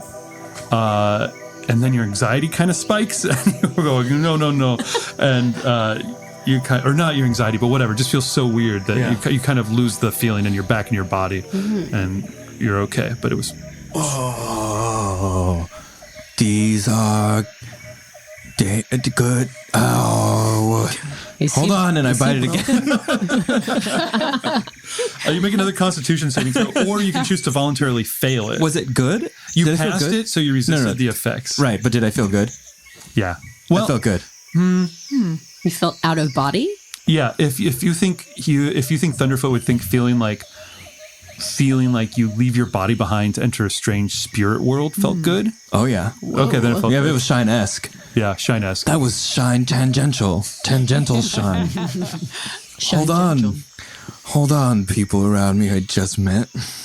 Got 2 more of these flower blossoms. 16. You could choose to fail this check if you wanted to, which would mean you would just like let whatever this effect is kind of wash over. No, I passed it again. It's the same effect. And so I roll it again. Hold on. You're just watching me unsure of what's happening. 14. Okay, that's you still successfully passed the Constitution saving throw, which means Hold on. you resist. Okay, yeah. Still, there's crumbs still on my like- face. It's all the shine. 9. 9. You fail it. Hold on. So you're feeling like good, and you're feeling good, but then like as you put like the 4th one into your mouth and crunch on it, you just I think the rest of you guys just see him just pass out. Oh, God. Just fall back. But smiling. Smiling. Ear to ear. And you just feel as if you're having an out-of-body experience. You're kind of like floating above your body, and you're seeing everyone from above, but you're also And I hear the national anthem, but played by Jimi Hendrix, but I don't know what that is. I've never heard that song. yeah, like way distantly in the sky, you even see a huge Jimi Hendrix with this guitar, like strumming. You don't know what that is. You don't know why you're seeing it. Yeah, it's possibly God. And like you see the forest that's behind you, the mangroves, like you feel the magic in the world sort of like you can see it like coming up through the roots of the trees Yeah, I into can. the leaves and then perspirating out or respirating out or whatever through the, and you can see the way each individual stalk of grass is sort of glimmering and flowing, and you sense sort of a black blot on the horizon in the direction you're going for towards Bluffport. And yeah, it's just a What do you mean black overwhelming blot? sense. Like there's all these colors and prismaticness, and then there's just kind of like voidness, And emptiness. slightly. Yeah, like a not evil, not bad, but just Like drained. yeah, something like hole. that. It's hard to describe exactly, but it's just a weird feeling. Yeah. And it's really cool. And then you also feel a really strange connection with your rubbery arm. And you feel like that's probably the weirdest bio sense that you have in you. You have this like for the first time you feel really connected with the strange octopusy nature of your arm here. And you feel the same magic you're seeing in the world in your arm. It's like glittering in a weird way. And Like I'm more connected to it than I have. It's like not as foreign. like you could let it exactly less foreign. You start to see it as yourself. You feel just, like you come could on, take over more of me. yes, you feel like you could kind of let it go. Yeah, stop Just resisting. Let it go. And kind of, Let it go. yeah, and kind of like let Never it bothered me. embrace the energy more. Embrace this weird, wild, strange energy. See my little nose twitching, and I'm whispering, just like, let it, embrace it, guys. Just embrace it. Just let it go. Would you embrace that feeling? Or let Yeah, that I think feeling you go? would. Embrace that feeling. Great. So while he's unconscious on the ground, the rest of you guys see that there seems to like there's actually a really simple dirt trail coming up, not out of the swamp. Well, let's but leave him here. no, coming up from around the bend, out from grassland way, not from swamp way behind you. You hear a boisterous voice singing, and you hear the creak of wooden wheels, and sure enough, a caravan of several wagons with their teamsters on it, and a boisterous, large man in the lead. Not even a man, actually. It looks like he might be a dwarf or something like that. It's hard to make out exactly because he's very large. He looks like Orson Wellesian, a lot of bulk, jowly, but as if Oscar Wilde had dressed him. He's got like flamboyant furs, and he's just very Royal big collar. purple. yeah. He's got rouge on his cheeks and just very colorful individual. And he's singing a boisterous song as he comes along, and hold up! I just want to say, before he sees us, I've taken Yes. the rest of the roses off the bush and stowed them away in a bag. I need a nature check from you. A nature check. What is my nature? 14. Total of 14? Mm-hmm. Okay, roll 2d4, and that's how many roses you managed to pluck without like breaking them as you pull them off. Okay. That's a 4. Ooh. And that's a 4. You pluck out. There's none left on this bush. There's like maybe like a couple buds. It's like a Ninja Turtle when he grabs the like bells off the guy. And Thunderfoot is What do laying. you call these? What should I call them just for the sake of the game? Stone roses? You could call them. Drug roses? Shine Rose. Shine rose? I think you call them whatever you want to call them. All right, I'm going to call them drug trip roses. Drug trip roses. Because you guys, well, and actually, I'll have an answer for you for that in 1 second as this caravan comes up and goes, ho, wait a minute, wait, everyone. We have some travelers here on the road. Are you heading to the grind? Yes. Well, then you're welcome to hop aboard with us if you like. I see you've got a primrose addict in your possession. Oh, yes, he's had quite the trip. Do you have any remedy for getting him out of this? Are you sure he wants to get out of it? Load him in the back. We have a couple ourselves. We'll take care of him in the grind. And remind me again, I've had some, memory problems. What is the grind again? We're going there, totally. Just kind of forgot what it is. Make a deception check. I totally know what it is. I just have memory problems, is the lie you're going with. That's a 16. Okay, let's see how you do on this guy here. He squints at you for a second.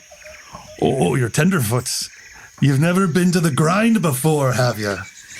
No, right. You don't have to. Taking on Okay. his accent. Yeah, you don't. You don't have to take my accent on to make you feel like at home. Allow me to introduce myself. My name is Vandam Sell, a merchant extraordinaire. If you're new here, I have no idea what the hell you're doing down by the swamps. Bluffport's the place to be. That's the grind. You'll see why when we get there. Load them in the back, boys, with the rest. We've got primrose to deliver. Great. I'm assuming we all heave Thunderfoot up into the back of the. As you thing. do so, like Thunderfoot, like there's this like your arm is like squirming. It's just like transmogrifying further. Oh, the shift's got him. The shift has him good, I see. Is my arm transforming farther up my arm? Yes. Is that what you call it? The shift?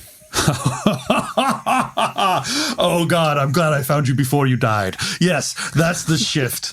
Have you shifted before? Does anyone who shifts die? That's a not very polite question, my fine lady. All will be answered. You guys load him in the back, and there's like a couple other guys who are like sitting around on benches, just sort of like smiling and staring into space. Like they're all on Primrose. Wow. Yeah. And there are like you can see all these like wooden crates in the back, and they're like loaded up with these like Primroses? yeah, with all these like plucked flowers and everything like that. Wow. They've got like a couple other caravans with stuff loaded up on it. But he's like, all your questions will be answered in time, and hop aboard. We'll handle payment when we arrive. Let's go. And he goes, yeah. And the couple of like, the horses aren't even normal horses. They're like weird lizard horse things. We'll describe those later. You guys creak off down the road towards what these cliffs known as Bluffport, called by him the Grind. And I think that is where we end this particular time. Thank you so much for playing with me this time, guys. So interesting. What does the new world hold in store? Many things. Embracing the change. Oh, Interesting. And also enjoying a drug trip. Yeah, see what happens. Little Primrose. All right, well, we'll be back again with more adventures in the Shifted World. We'll see you guys soon. Wait, shifting or shifted? We've said both. Is it the Shifting World or the Shifted World? Shifting World is better. Great. Shifting world it The is. Shifting World. David. Thanks again. We'll be back next time with the Shifting World. Bye. The Shifting World is Roman Banfield as Thunderfoot, Jennifer Holcombe as Ren, David Crennen as your Game Master, and myself, Alejandra Cejudo, as Deeva. Sound mixing and editing by Roma Deshchenko and Brad Parsons. The Shifting World is produced by Hunter Ausfahl. Thank you for listening to The Shifting World. If you liked it, please rate us and leave us a review wherever you're listening it to. That will really help us out, and it'll make it so that we can keep our brand new baby podcast going. We have more episodes to come, and we're so excited to share them with you all. For exclusive content and more fun stuff, follow us on Instagram at Shifting World Pod. Thank you, and we'll see y'all soon.